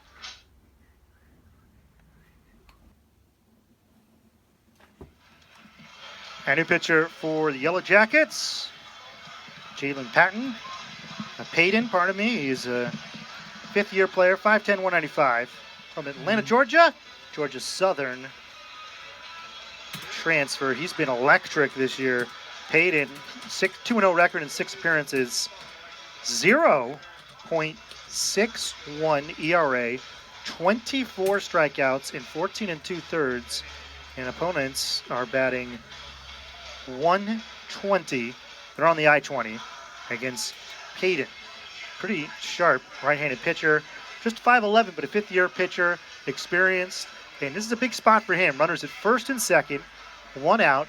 Bottom of the 6th, the run in for Stanford in this inning, and the Cardinal trail 2-1. Yeah, just look at a situation like this here. He needs to come in and throw strikes. Hopefully he can get a 6-4-3 or a 4-6-3 or a 5-3, a 5-4-3 double play. Get out of this inning. And Ethan Hott would have a chance here. He's 0 for 2 so far. Came into the game hitting .343, dropped down to .324. 12 hits on the season, 6 runs, 9 RBIs, 4 bases on ball, 5 strikeouts, 2 doubles, a couple of home runs, 1 stolen base. Big spot, first pitch swinging wide of third. 0-1. Haskins is in the on-deck circle, hoping that he will get an opportunity to hit with runners in scoring position as well. Pitch is swung on and missed. Fastball, 0-2. Stanford with 1 run in the inning on 1 hit. Stanford 1-5-0. Yellow Jackets 2-4-0. Pitch is lined into right field. That'll be a base hit. Here's a throw from Brocious to the plate. It'll be cut off. And Hott delivers a line drive into right field to level this game at 2. And Lavin got a great jump at second base, and no chance for Brocious to get him out. And we're tied up at 2. Second hit in the inning. As you mentioned, Lavin was able to get a nice jump. He reached on the fielder's choice. So back to the top of the order. Haskins. The score's 2-2. Haskins 1 for 3, grounded out to short his last time to the plate. Takes the first pitch, ball 1, and Stanford has a chance here to take the lead for the first time. Which is lifted down the right field line. That may fall, and it does fall. As Giesler was not able to bring it in, a little station-to-station baseball. And the bases are now loaded.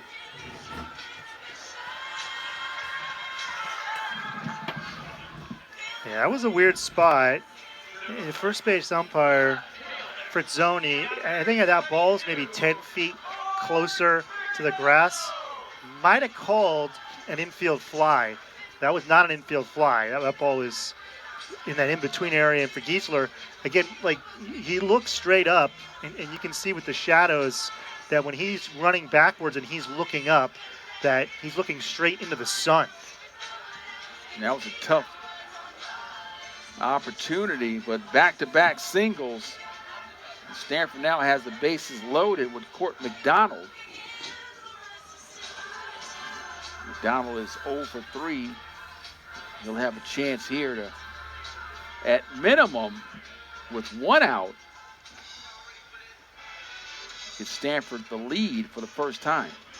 This is the first time for both teams to get a crooked number up in the inning. That bottom of the 6th inning. As you recalled yesterday's game, if he was able to tune in. Georgia Tech had a 3 spot in the 2nd. Stanford came back with a 4 spot in the 4th. And at that point, Stanford had a 1-run lead, but Georgia Tech came in with 3 in the top of the 5th inning. Stanford was not able to get the shutdown, and at that point, Georgia Tech brought in their All-American out the bullpen, and that was pretty much it, as Patel was lights out. Yeah, speaking of lights out, I mean, prior to today, Peyton had given up just 6 hits in 14 2/3, 24 strikeouts, a 0.61 ERA. Now, the run that scored was not his, but now he's in danger of giving up some runs here. Pitches in the dirt. Ball 1. Stanford has hung around. Now they have a chance to take the lead. And as I mentioned, I think Patel is not going to be available after throwing close to 70 pitches in last night's game. And Peyton down in the count, 2 balls and no strikes. And if you're McDonald here, 2-0, bases loaded, are you sitting dead red fastball, try to drill this, or are you taking a pitch? I'm sitting dead red in this situation here.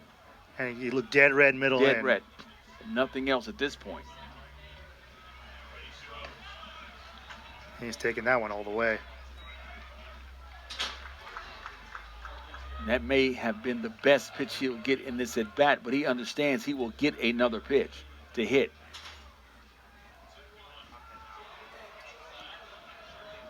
So earlier we talked about having the confidence in your catcher to block those pitches in the dirt.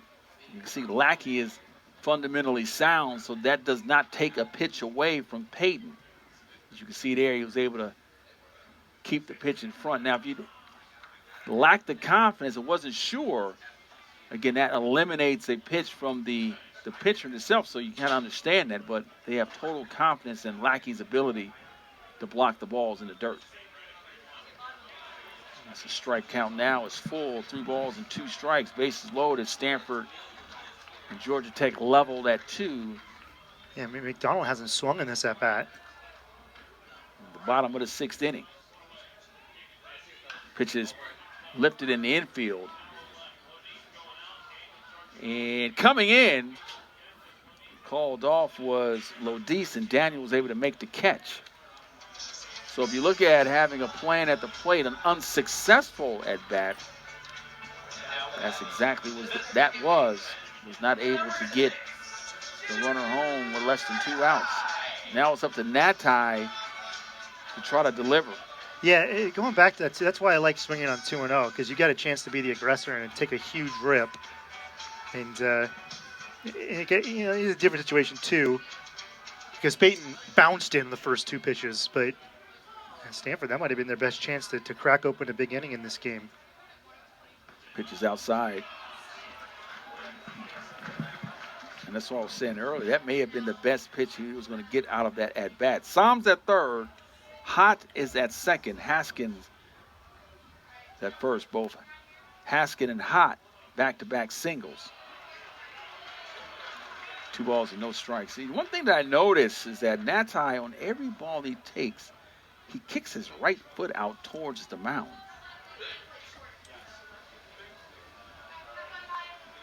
2 balls, no strikes. Pitch is lifted to right field. Broch is coming in, and he will make the catch for the 3rd out of the inning, but not before Stanford plates 2 to even this game at 2-2 as we head to the top of the 7th.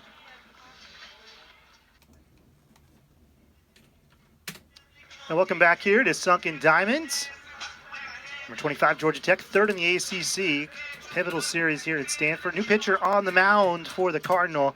It's the right-hander, Torin O'Haron, 6'1", 208 junior from the Sacramento area. It's from Rockland.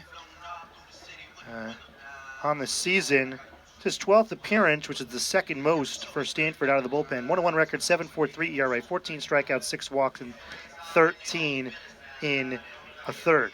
For Stanford, by the way, Christian Lim pitched a great game today. 6 innings, a quality start.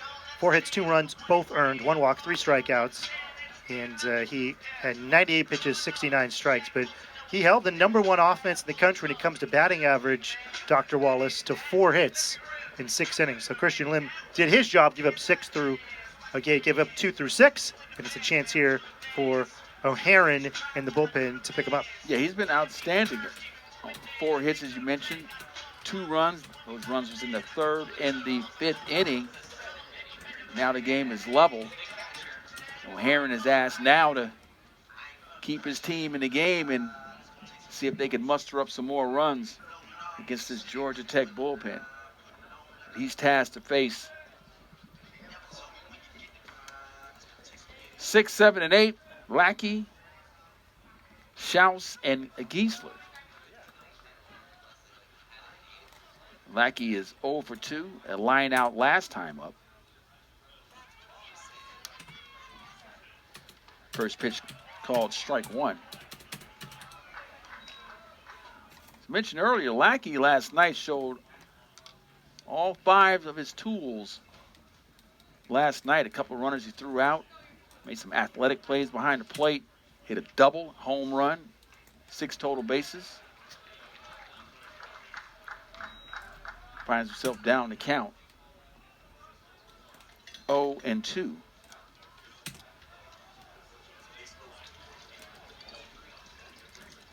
Schauss and Giesler will follow. Pitch is lined in the left field, and that ball will be off the wall.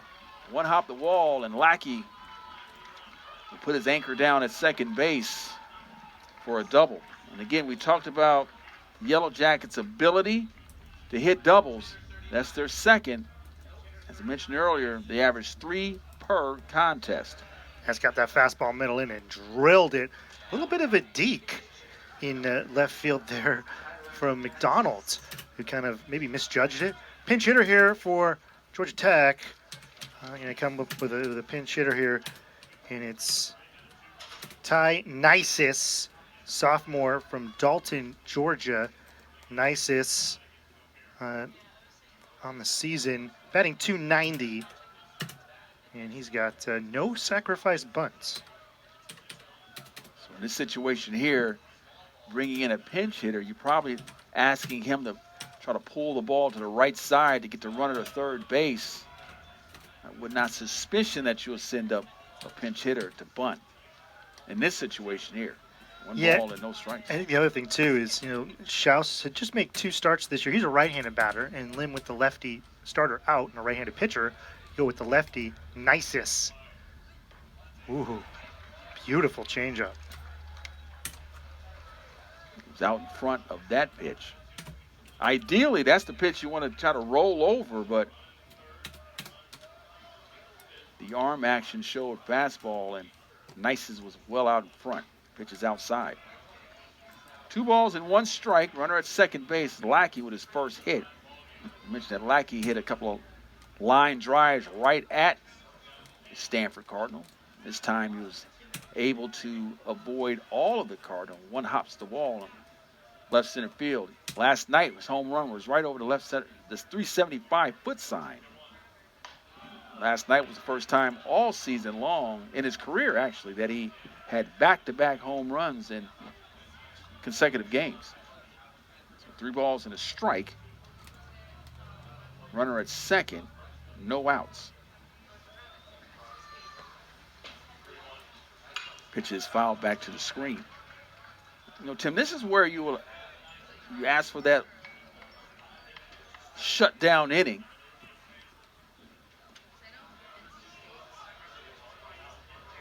And that's what they're asking O'Haron to do.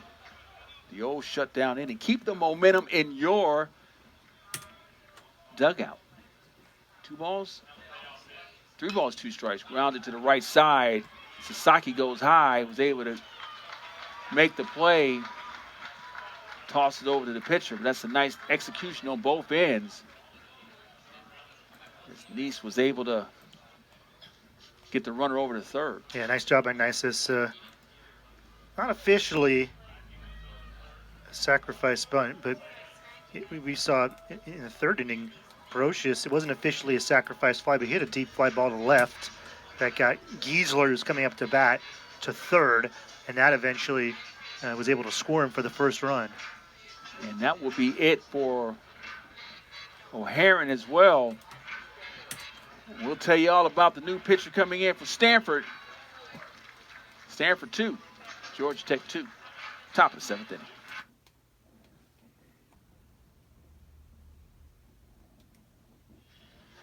Top of the 7th inning, a pitching change for the Cardinal. Tim's going to tell you all about it. Yeah, new pitcher, the second pitcher of the inning for the Stanford Cardinal.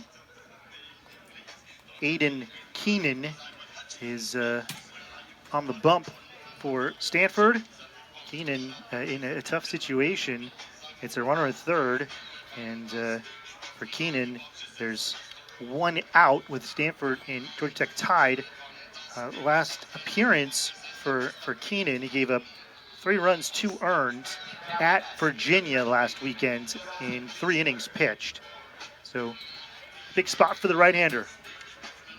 And this is pitching to the strength of the Jackets. You mentioned earlier they're really good at getting runs home at third base with less than 2 outs, and Stanford brings their infield in to face Giesler, the first baseman. Giesler so far has a double. He's 1 for 1. He walked in the 5th. First pitch is taken low for ball 1.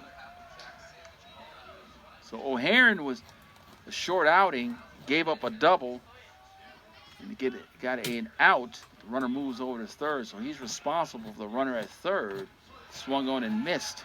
Count even at 1 ball and 1 strike. And Keenan's been fantastic for Stanford.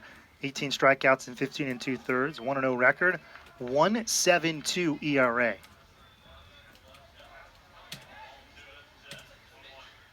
Pitch is down, taken for a strike. This is David Esker going kind of with the stopper idea that you don't care about a save. It's the biggest part of the game. Runner at third, top of the 7th inning, you bring in your best pitcher. Pitch is grounded up the middle. That'll be a base hit off the glove of Becerra. And that will be a base hit. The infield's back as a clean play, but playing the infield in, Becerra with the dive right off the glove. Stanford now finds themselves trailing again on the single. The second hit on the afternoon by Giesler. Yeah, it was a tough play. I don't think really any chance there for Becerra and Stanford. They had to bring the infield in. So he hit that ball sharply on the ground, and it's normally going to get through. And Brocious will step in now.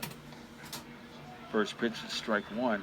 But that, again, that shows you how efficient that the offense for Georgia Tech is. That when they get a runner at third base, it's pretty much automatic. They're going to get that runner home, in particular if it's less than 2 outs. Brocious shows bunt, takes a strike. Down in the count, 0-2.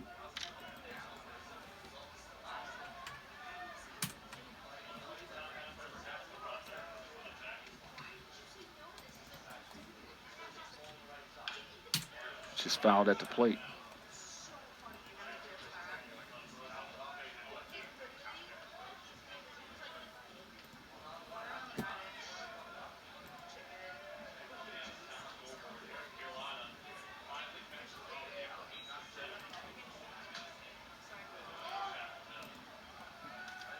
Stanford trails by 1, top of the 7th. Swung on and missed. Throw down the first. That will be a strikeout by Brocious for the second out of the inning. The lineup turns over. Back to Luis steps in. Base hit his last time at the plate with an RBI. A couple of RBIs. Sacrifice in the 3rd. Base hit in the 5th. 2 for 3. 398 on the season. First pitch swinging, pops it up. Shallow right field. And that will be the 3rd out of the inning. But not before Georgia Tech tacks on another run as they lead heading to the bottom of the 7th. We're going to stretch. Stanford trails 3-2.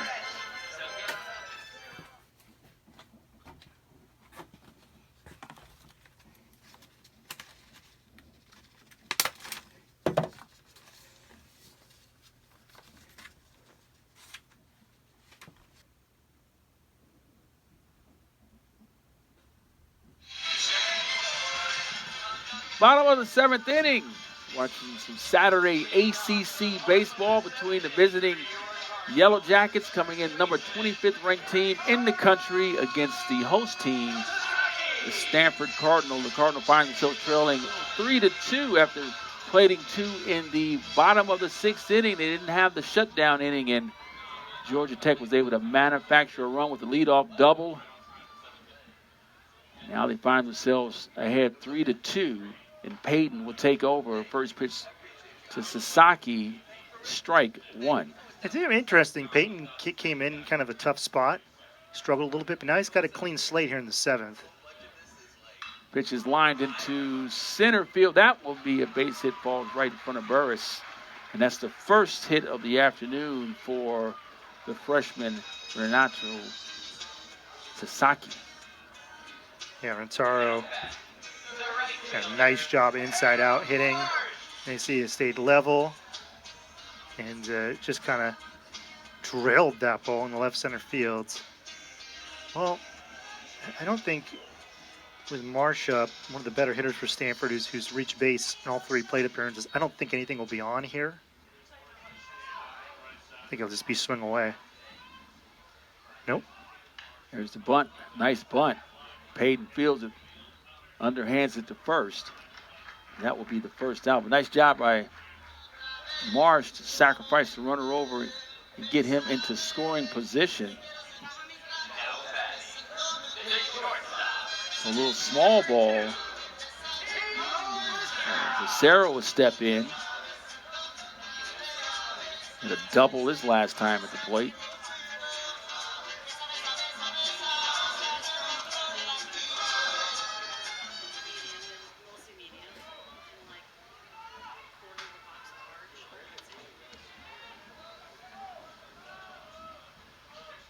Pitch is inside. 1 ball, no strikes. Stanford trailing by 1.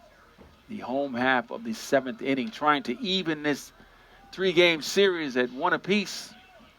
Which is grounded wide of third.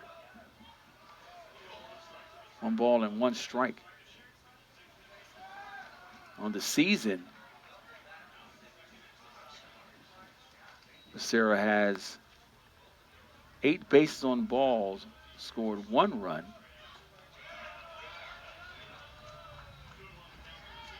I'm sorry, 5 doubles, 19 RBIs. Finds himself ahead. Hitters count 2 balls and a strike.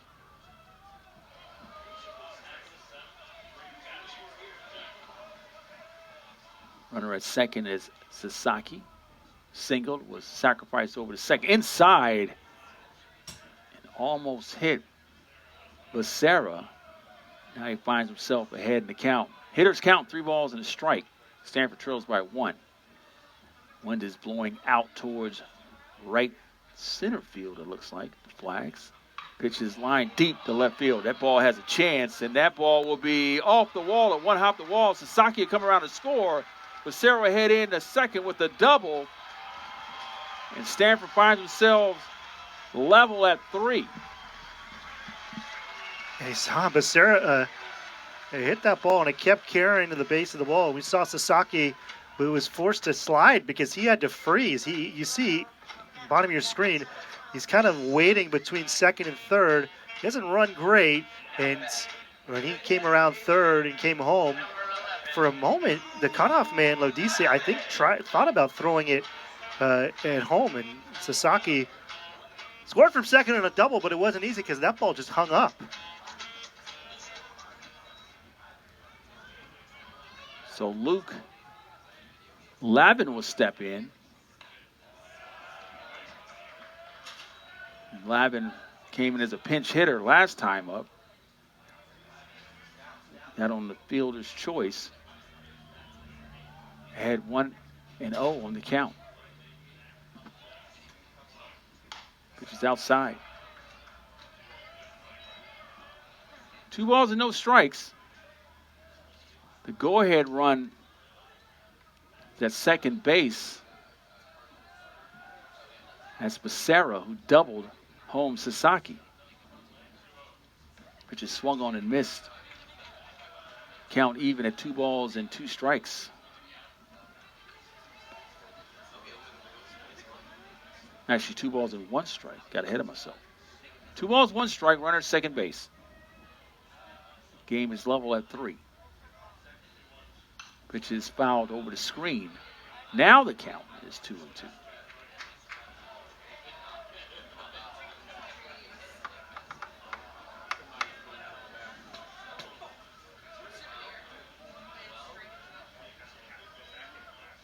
So Payton, since entering the game, has given up 4 hits, a run, 1 of them earned, a double. base 7. Ball's outside. Count now is full. 3 balls and 2 strikes. On deck is Charlie Som, who's been on all 3 times, walked a couple of times, and was hit his last time at the plate.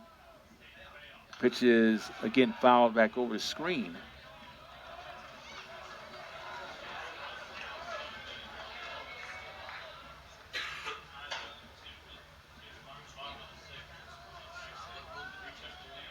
So Stanford has a chance here to take the lead with the base hit. Pitch is up, ball 4. Runners at first and second.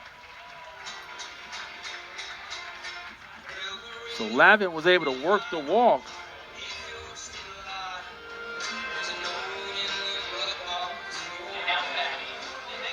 Stanford has a couple of hits in the inning. A leadoff single by Sasaki and a double by Becerra, which scored Sasaki and even the score at 3. Not that many runs, considering last night the Jackets scored 8. Stanford scored 6. Tonight, a pitcher's duel, this afternoon rather.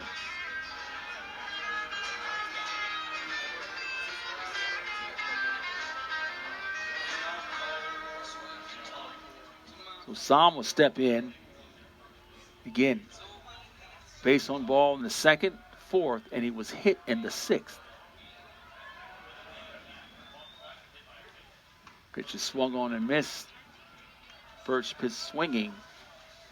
Strike 1.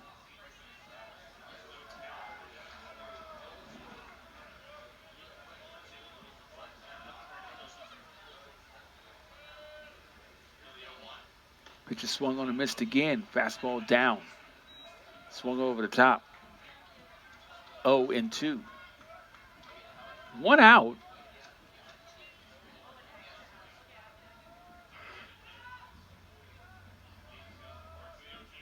Pitch is up. 1 ball and 2 strikes.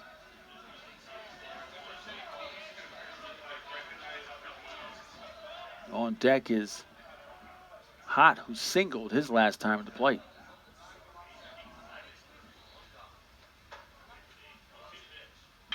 Ground ball to third. Kurtz to third for 1 over to first, and no. Kurtz did a great job of making the throw to third to get the force out. Stanford now has runners on the corners with 2 outs. We're going to look at this. It was really close at first. Let's see. He might be out.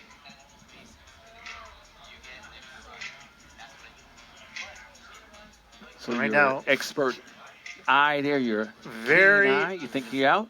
I got to get another look at it. I think it was really, really watching in real time. I thought it was super close and.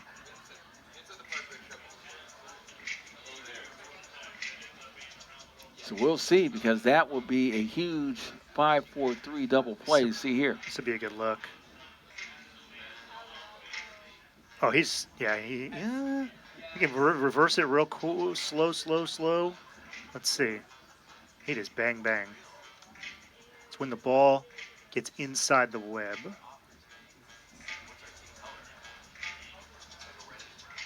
I think that's a tie. Yeah, that may be a tie, and the tie goes to the runner. If he could have went out just a tad further, that's why they teach you to really go out and get it. If you're the first baseman, that would have been clearly an out. But he really didn't get out and attack the ball, so we'll see what the ultimate call will be. And that's one you always tell your first baseman, you want to go out and attack the ball to take a step away from the runner. Yeah, I think it's a frame. So I think it's normally 60 frames a second, so you're talking about just a 1 frame difference between it out. So maybe, maybe like 0.03 of a second.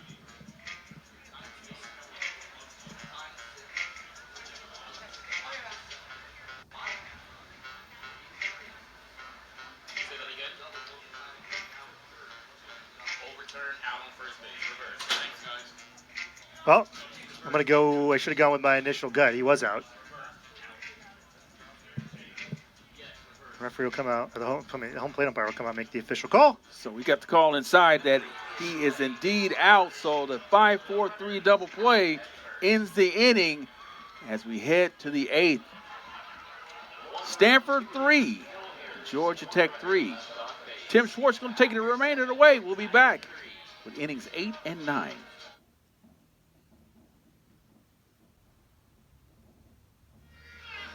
Top of the 8th inning, a inning double play ended it for the Jackets to get out of that inning. We head to the top of the 8th inning. Tim Schwartz going to take the remainder of the way. 3-3, Stanford and Georgia Tech. Thanks, Joaquin. Yeah, we were just talking in the press box about that last call and the double play that ended the inning, and I think we all came to an agreement that it was the correct call. It wasn't out, but it was literally frame by frame. First pitch on the way to Burris, one of the most dangerous hitters in the country. 10 home runs on the year. Takes the first pitch for a ball. It's 1-0.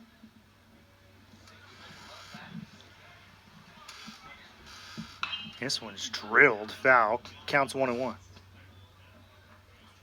Well, we have the privilege of being right in front of the replay happening frame by frame.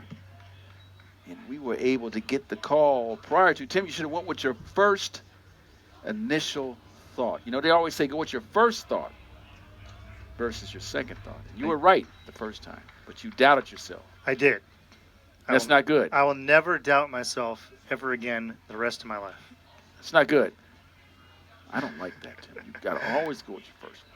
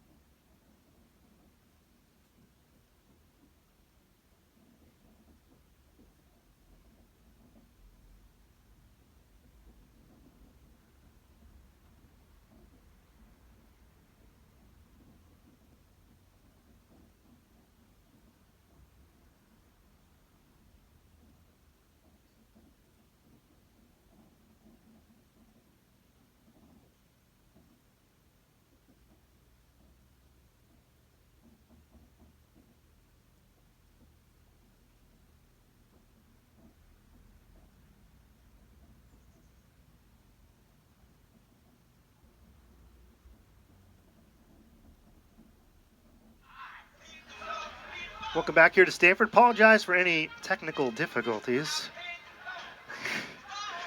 Ethan Hott in the box. The number 9 hitter for Stanford as the Cardinal trail 6-3, bottom of the 8th. First pitch for Payton. Just the second pitcher for Georgia Tech. Brady Jones was relieved in the middle of the 6th inning. He ended up going 5 1/3. Gave up 2 earned runs, struck out 2, walked 2. Very good outing from Jones. But because this game was tied up and he is not in line for the win, Payton is in line for the win. Fastball on the inside for a strike. It's 1-2. Yeah, Payton's been able to hold the fort. As I mentioned earlier, yesterday, Mattel, their All-American, had 5 strikeouts to secure the win, but had over 70 pitches thrown. Inside out it into right field, so Stanford gets a leadoff runner on. That's happened a few times in this game. In fact, it's happened in 3 consecutive innings where Stanford's had the leadoff runner on. In the last 2 innings, they've scored. Yeah, you mentioned it, the 2nd, the 4th, the 6th, now here in the 8th. Sasaki led off the 7th with a single, and he scored. Marsh started up the 6th with hit by pitch, and he scored. Top of the order, Trevor Haskins takes the first pitch for a strike.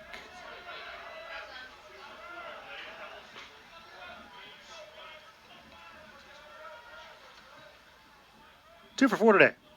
Haskins drills that ball foul. 336 hitter, pardon me. Now his average has gone up a couple of ticks. 9 home runs, 29 RBI.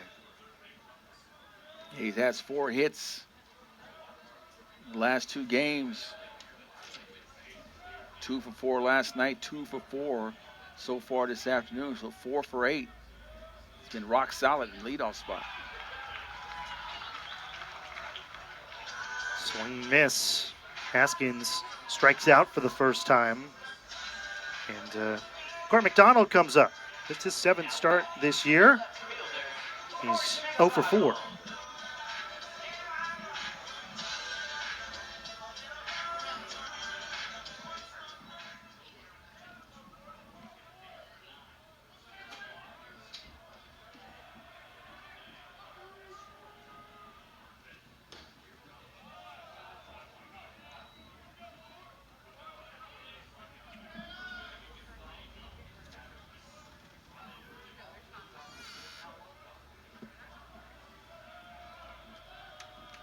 One and 0 pitch. Strike called, and it's 1-1.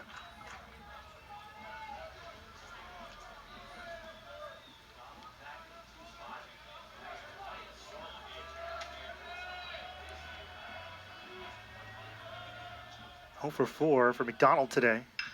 Rolls it over to second for 1. Lodis to first. It's scooped out. Nice play by Giesler at first. And the inning is over. Stanford trails 6-3. A double play ends the 8th as we have the 9th inning coming up here from the Bay Area.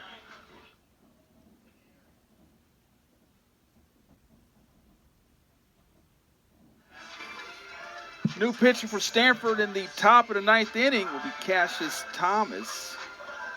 1-0 on the season, 4 2/3 innings pitched, giving up 2 hits, 1 run, 1 of them earned, a couple of base on balls, 4 walks, no home runs, no triples, no doubles. 1.93 ERA on the season for the junior.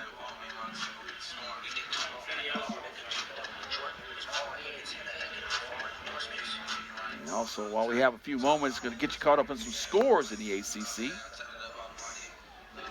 A final, Virginia Tech 6-1 over Notre Dame. Duke falls to North Carolina 8-7. And NC State currently 9-2 over Virginia. They have 14 hits.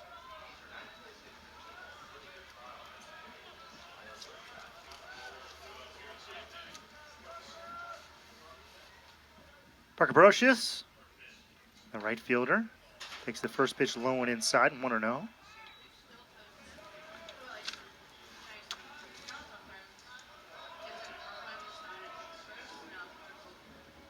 Thomas is the 5th pitcher for Stanford. Lim had a really good start, give up just 2 runs in 6 innings.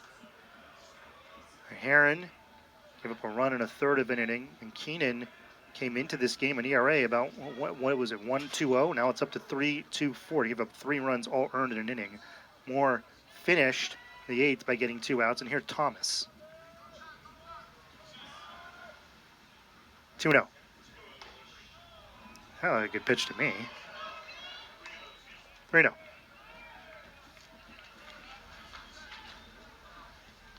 Stanford had something to look back at if they happen to come up short. They're going to point to 11 runners have been left on. They have not been able to convert into runs.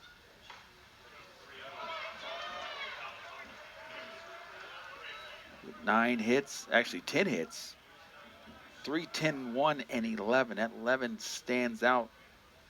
Look at Georgia Tech, 6-9, 0, and 5. So when they get runners on, they get them home. Chopper over to the left side. Off balance throw across the diamond. And plenty of time. It's not an easy play. Haskins made it look easy. 1 out. I always think those choppers are just tough plays for an infielder because at any moment that ball can be kind of chopping 2-3 feet high and it can hit one of those bad spots and roll into you. So I like what Haskins did there, Joaquin. He come in on the ball and try to take away the bounces. Yeah, he'd be very aggressive. As you mentioned earlier, if you get it in that in-between hop, anything can happen. So you want to get it on the big hop, be aggressive, attacking the ball. Herdis takes the first pitch for a strike. Yeah, you come in, there's less chance of a bad hop, and you get more time when you have the ball. You get kind of maybe a half beat quicker. That was great defense from Haskins, who's made a lot of stellar plays for Stanford at third base this year. Ooh. I hit him hopefully, I hit him, I think on the elbow pad. That still hurts. And Lodis will get to first. And that's the 5th time Lodis has been hit. It's tied with the lead of Daniel and Lackey. And Lodis today, 2 for 4. Pardon me, 1 for 3. He's been on reach base safely, 2 of 4 plate appearances. He had a sacrifice fly out in the 3rd inning. So you go 1 for 3 with a walk, and Lodis's numbers are so crazy that his on-base percentage goes down. He was a .503 on-base percentage coming into this one. Now, typically in this situation here, when you get hit, you're not really a happy camper. He's 7 for 7 stolen bases. He may take off to show his displeasure of being hit. But Burris, his man right behind him, homered his last time up.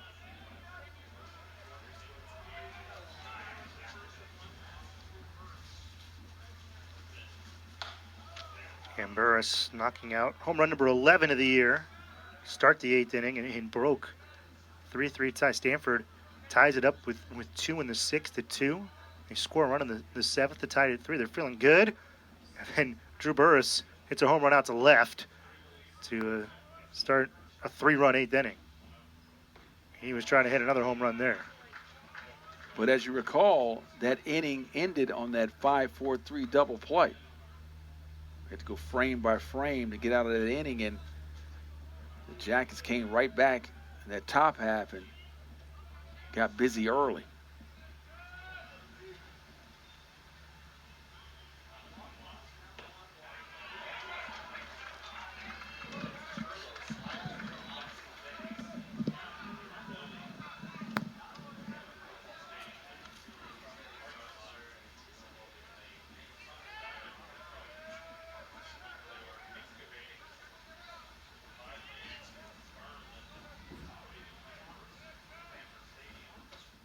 One and two.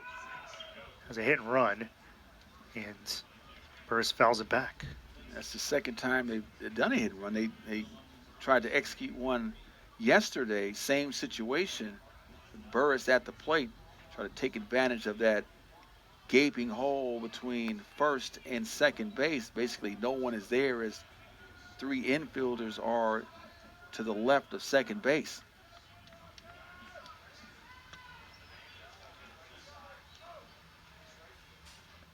One and two. Chopper, left side, and it gets through. Well, Becerra, the shortstop, I think there was a miscommunication between Becerra and Nadai trying for second, and he's thrown out. And they're going to challenge that, but I think he may have gotten in on that. Yeah, Burris is going to stay on second base. Hey, you know, the reason he was able to get to second and almost stretch at his Ladis got to third because the ball was not hit very hard. But it looked like Nadai and Becerra, that's one of those things about the shift. They kind of looked at each other like, you got it, I got it, you got it, I got it. And you thought Burris got into second okay. Yeah, I thought he did on first glance. We'll take a look here. But I thought he got in right before the tag was placed down. There's been some big reviews. This is the third review of the game. It was a really big review. Let's take a look right here. See, I think that he was able to get that left hand in. This would be a good angle. Right? Ice safe. It's not even close. Yeah. Yeah, he was able to get that left hand in on first glance.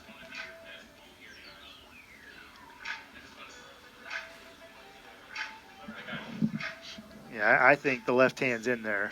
I think maybe even his right hand might have been in there too.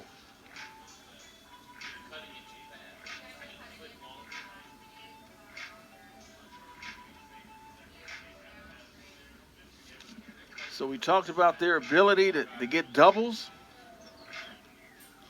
Number one in Division I,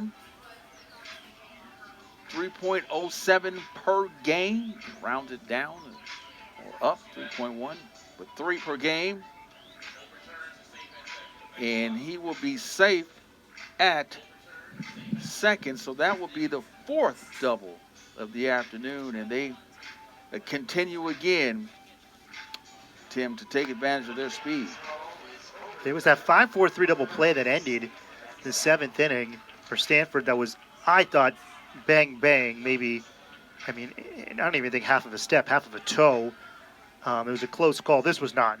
He was clearly safe. I agree. First glance, definitely safe. See, I didn't change my thought. I went with my gut. I'd seen with my eyes. Tim, you didn't do that. Remember again, you said you'll never do that again. You go with your first reaction. You're learning lessons for those of you at home from Dr. Joaquin Wallace. One out.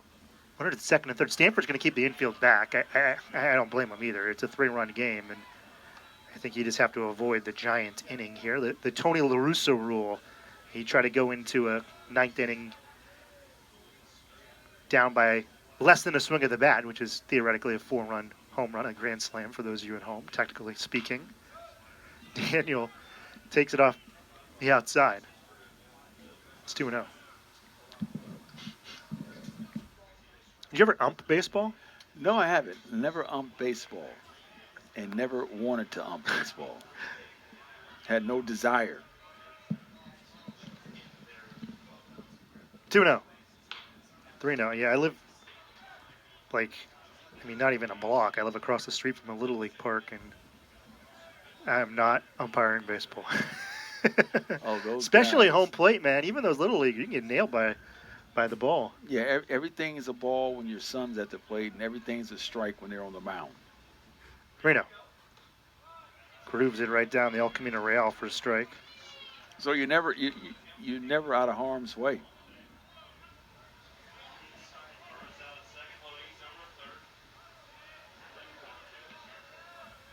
Ladis at third, Burris at second. 3-1 count.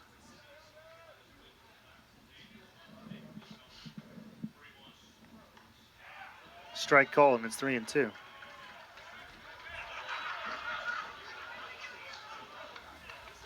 It's a huge at bat for the Yellow Jackets. Base hit, scores 2. Possibly the outfield is playing in.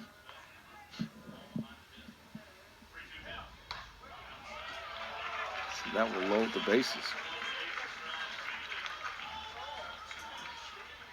So Alex Hernandez, not a guy. I mean, I could say that about a lot of the Jackets, Yellow Jackets batters, but Alex Hernandez, not a guy that you want to load the bases for. 2 for 4 today, 331 batter, slugging percentage at 644. He has 9 home runs, 17 extra base hits, and just 118 at bats.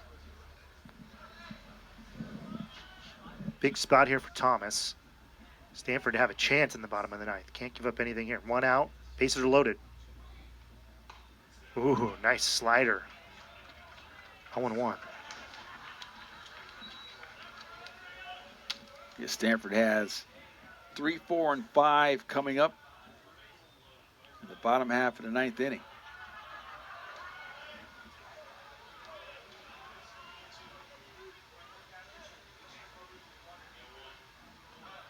Slider gets away, and now the runners almost went. Ladis at third was way off third base, and a nice job by Baum there. The home plate umpire, if we can look at it again, he's kind of talking to Hernandez because when Baum got up out of the squat, Hernandez got in his way for a moment, and I almost think if that would have affected the play and Ladis would have tried to score and he was safe, they probably would have called Ladis out because the big thing there for the batter Hernandez is he left the box.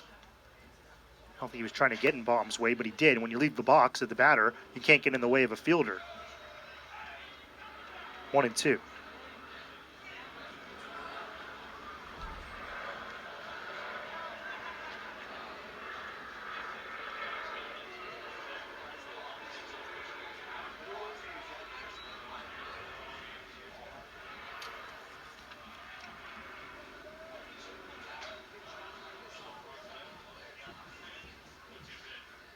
Swing and a miss.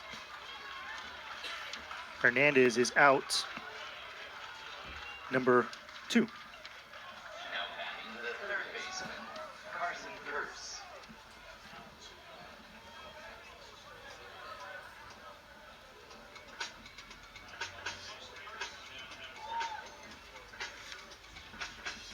Carson Curse. How about the bases loaded?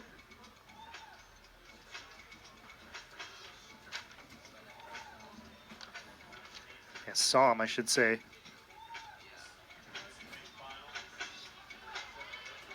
Catcher did a nice job on that block, and for the moment, he saved a run.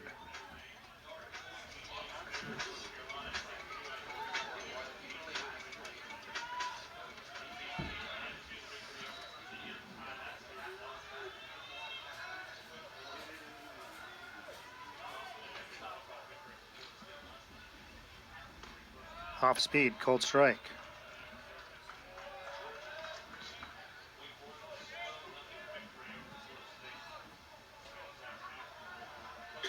Stanford is able to get out of this inning here that keeps them in contact. Slider low and away again. Great secondary lead by Lodais at third. He is way off the bag.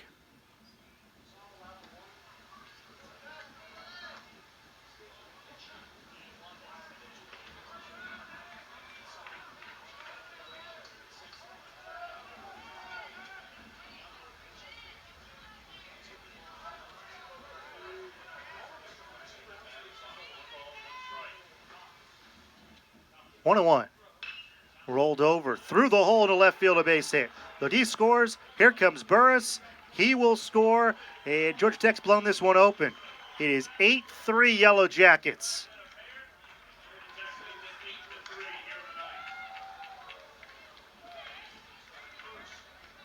Yellow Jackets 2 runs here in the top of the half of the ninth inning, and they've opened up this to a 5-run lead.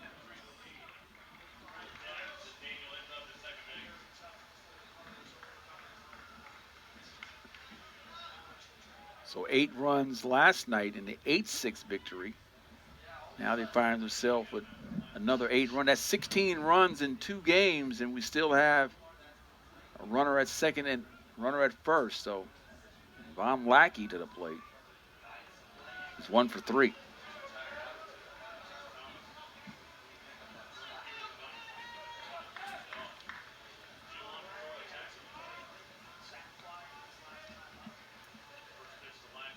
Lackey first pitch swinging, base hit, right field. Daniel is going to score. It went underneath the right fielder Marsh's glove, and it will be 2 runs as Stanford throws it to second instead of looking at the runner at first. Kersey comes all the way around. It is now 10-3 Yellow Jackets. So it may be a base hit and then an error on the right fielder. Nice job of Lackey keeping his hands inside the baseball, hitting it right between that 3-4 spot. Yeah, it'll be a base hit, an error, so just 1 RBI for Lackey. A second run scored. That's unearned for the moment. And this one's 10-3. And just like that, in the last 3 innings, the Yellow Jackets have scored 8 runs. First pitch to Nisus is off the outside. It's 1-0. So Stanford took a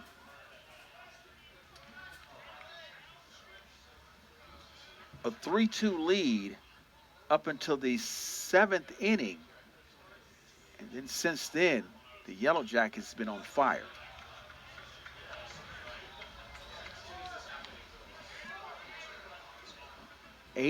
Seven runs in the last 2 innings. As you mentioned, they blew this game wide open. You can see why they're one of the most explosive teams in college baseball. Plating runners. They're at their season average, 10.1 runs a game.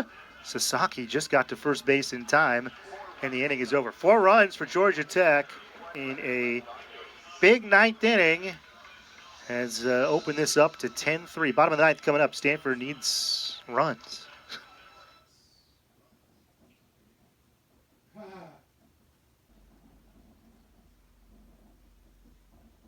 Bottom of the 9th inning, Stanford needs runs, and they need a lot of them, as the Cardinal trail 10-3. Stanford has not led in this game. They tied the game with 2 runs in the 6th inning at 2. They tied it at 3, but a 3-run 8th, 4-run 9th for Georgia Tech have given the Yellow Jackets this 10-3 advantage. Payton out of the pen has been sharp. First pitch swinging. Nadai rolls into left field for a base hit. So start the comeback. You need base runners, and Nadai starts the 9th inning with Stanford's 11th hit. I don't think Stanford's been retired in order yet. Well, as I mentioned earlier, one of the things that you can point to Stanford is that they left 11 runs. So 11 hits, left 11 runners on. Compound that now with 2 errors. That results in 10 runs. And Georgia Tech, when they get you on the ropes, they make sure that they execute their plan at the plate. Taro Sasaki batting .291, 1 for 4, singled and scored a run in the 7th. That was the tying run at 3. But 7 in the 8th and 9th combined for Georgia Tech have given the Yellow Jackets a 10-3 lead.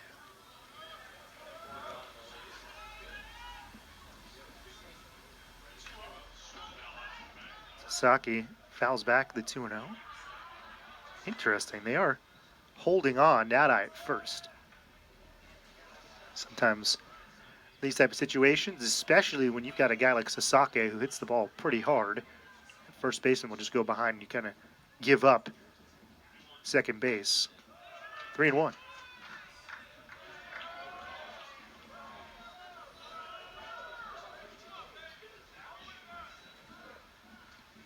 With Jalen Payton with the lead, he's asked to throw strikes. Definitely want to put guys on via the walk. We know how that normally turns out. When you walk batters, they typically come around to score. Drilled up the middle, stepping on second for once. Lodis, and the throw to first is in time. Well, that one was bad luck for Sasaki. He tattooed it, but it hit off the mound and went straight up in the air right to second base. Watch this. It bounces straight up in the air, and what a play by the shortstop, Lodis, who was able in one motion to short hop it, step on second, and throw to first. A 6-3 double play.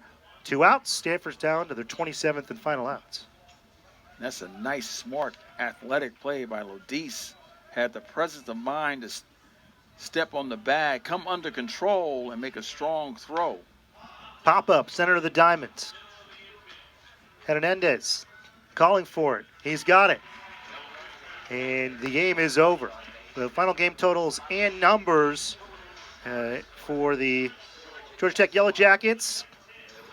They, 0.3 seconds after the game ends, they take the line score away from the scoreboard. So here are the Georgia Tech final game totals and numbers. 10 runs, 12 hits, no errors, 6 left on base. For Stanford, 3 runs, 11 hits, 2 errors, and 11 end up on base for Stanford. Peyton gets the win. He's 3-1. Keenan takes the loss. He's 1-1. 1 home run in this game. Drew Burris hit his 11th of the year. The game played in 3 hours and 16 minutes. Well, tomorrow we'll be back at 1 o'clock start as Stanford faces off with Georgia Tech for Game 3 of this 3-game series. Cardinal trying to end this 8-game ACC losing streak, and they'll try to do it tomorrow with Stanford sending Matt Scott to the Hill for the Cardinal. For our entire GoStanford.com crew, for Joaquin Wallace, my name is Tim Swartz. Once again, the final, Georgia Tech 10, Stanford 3.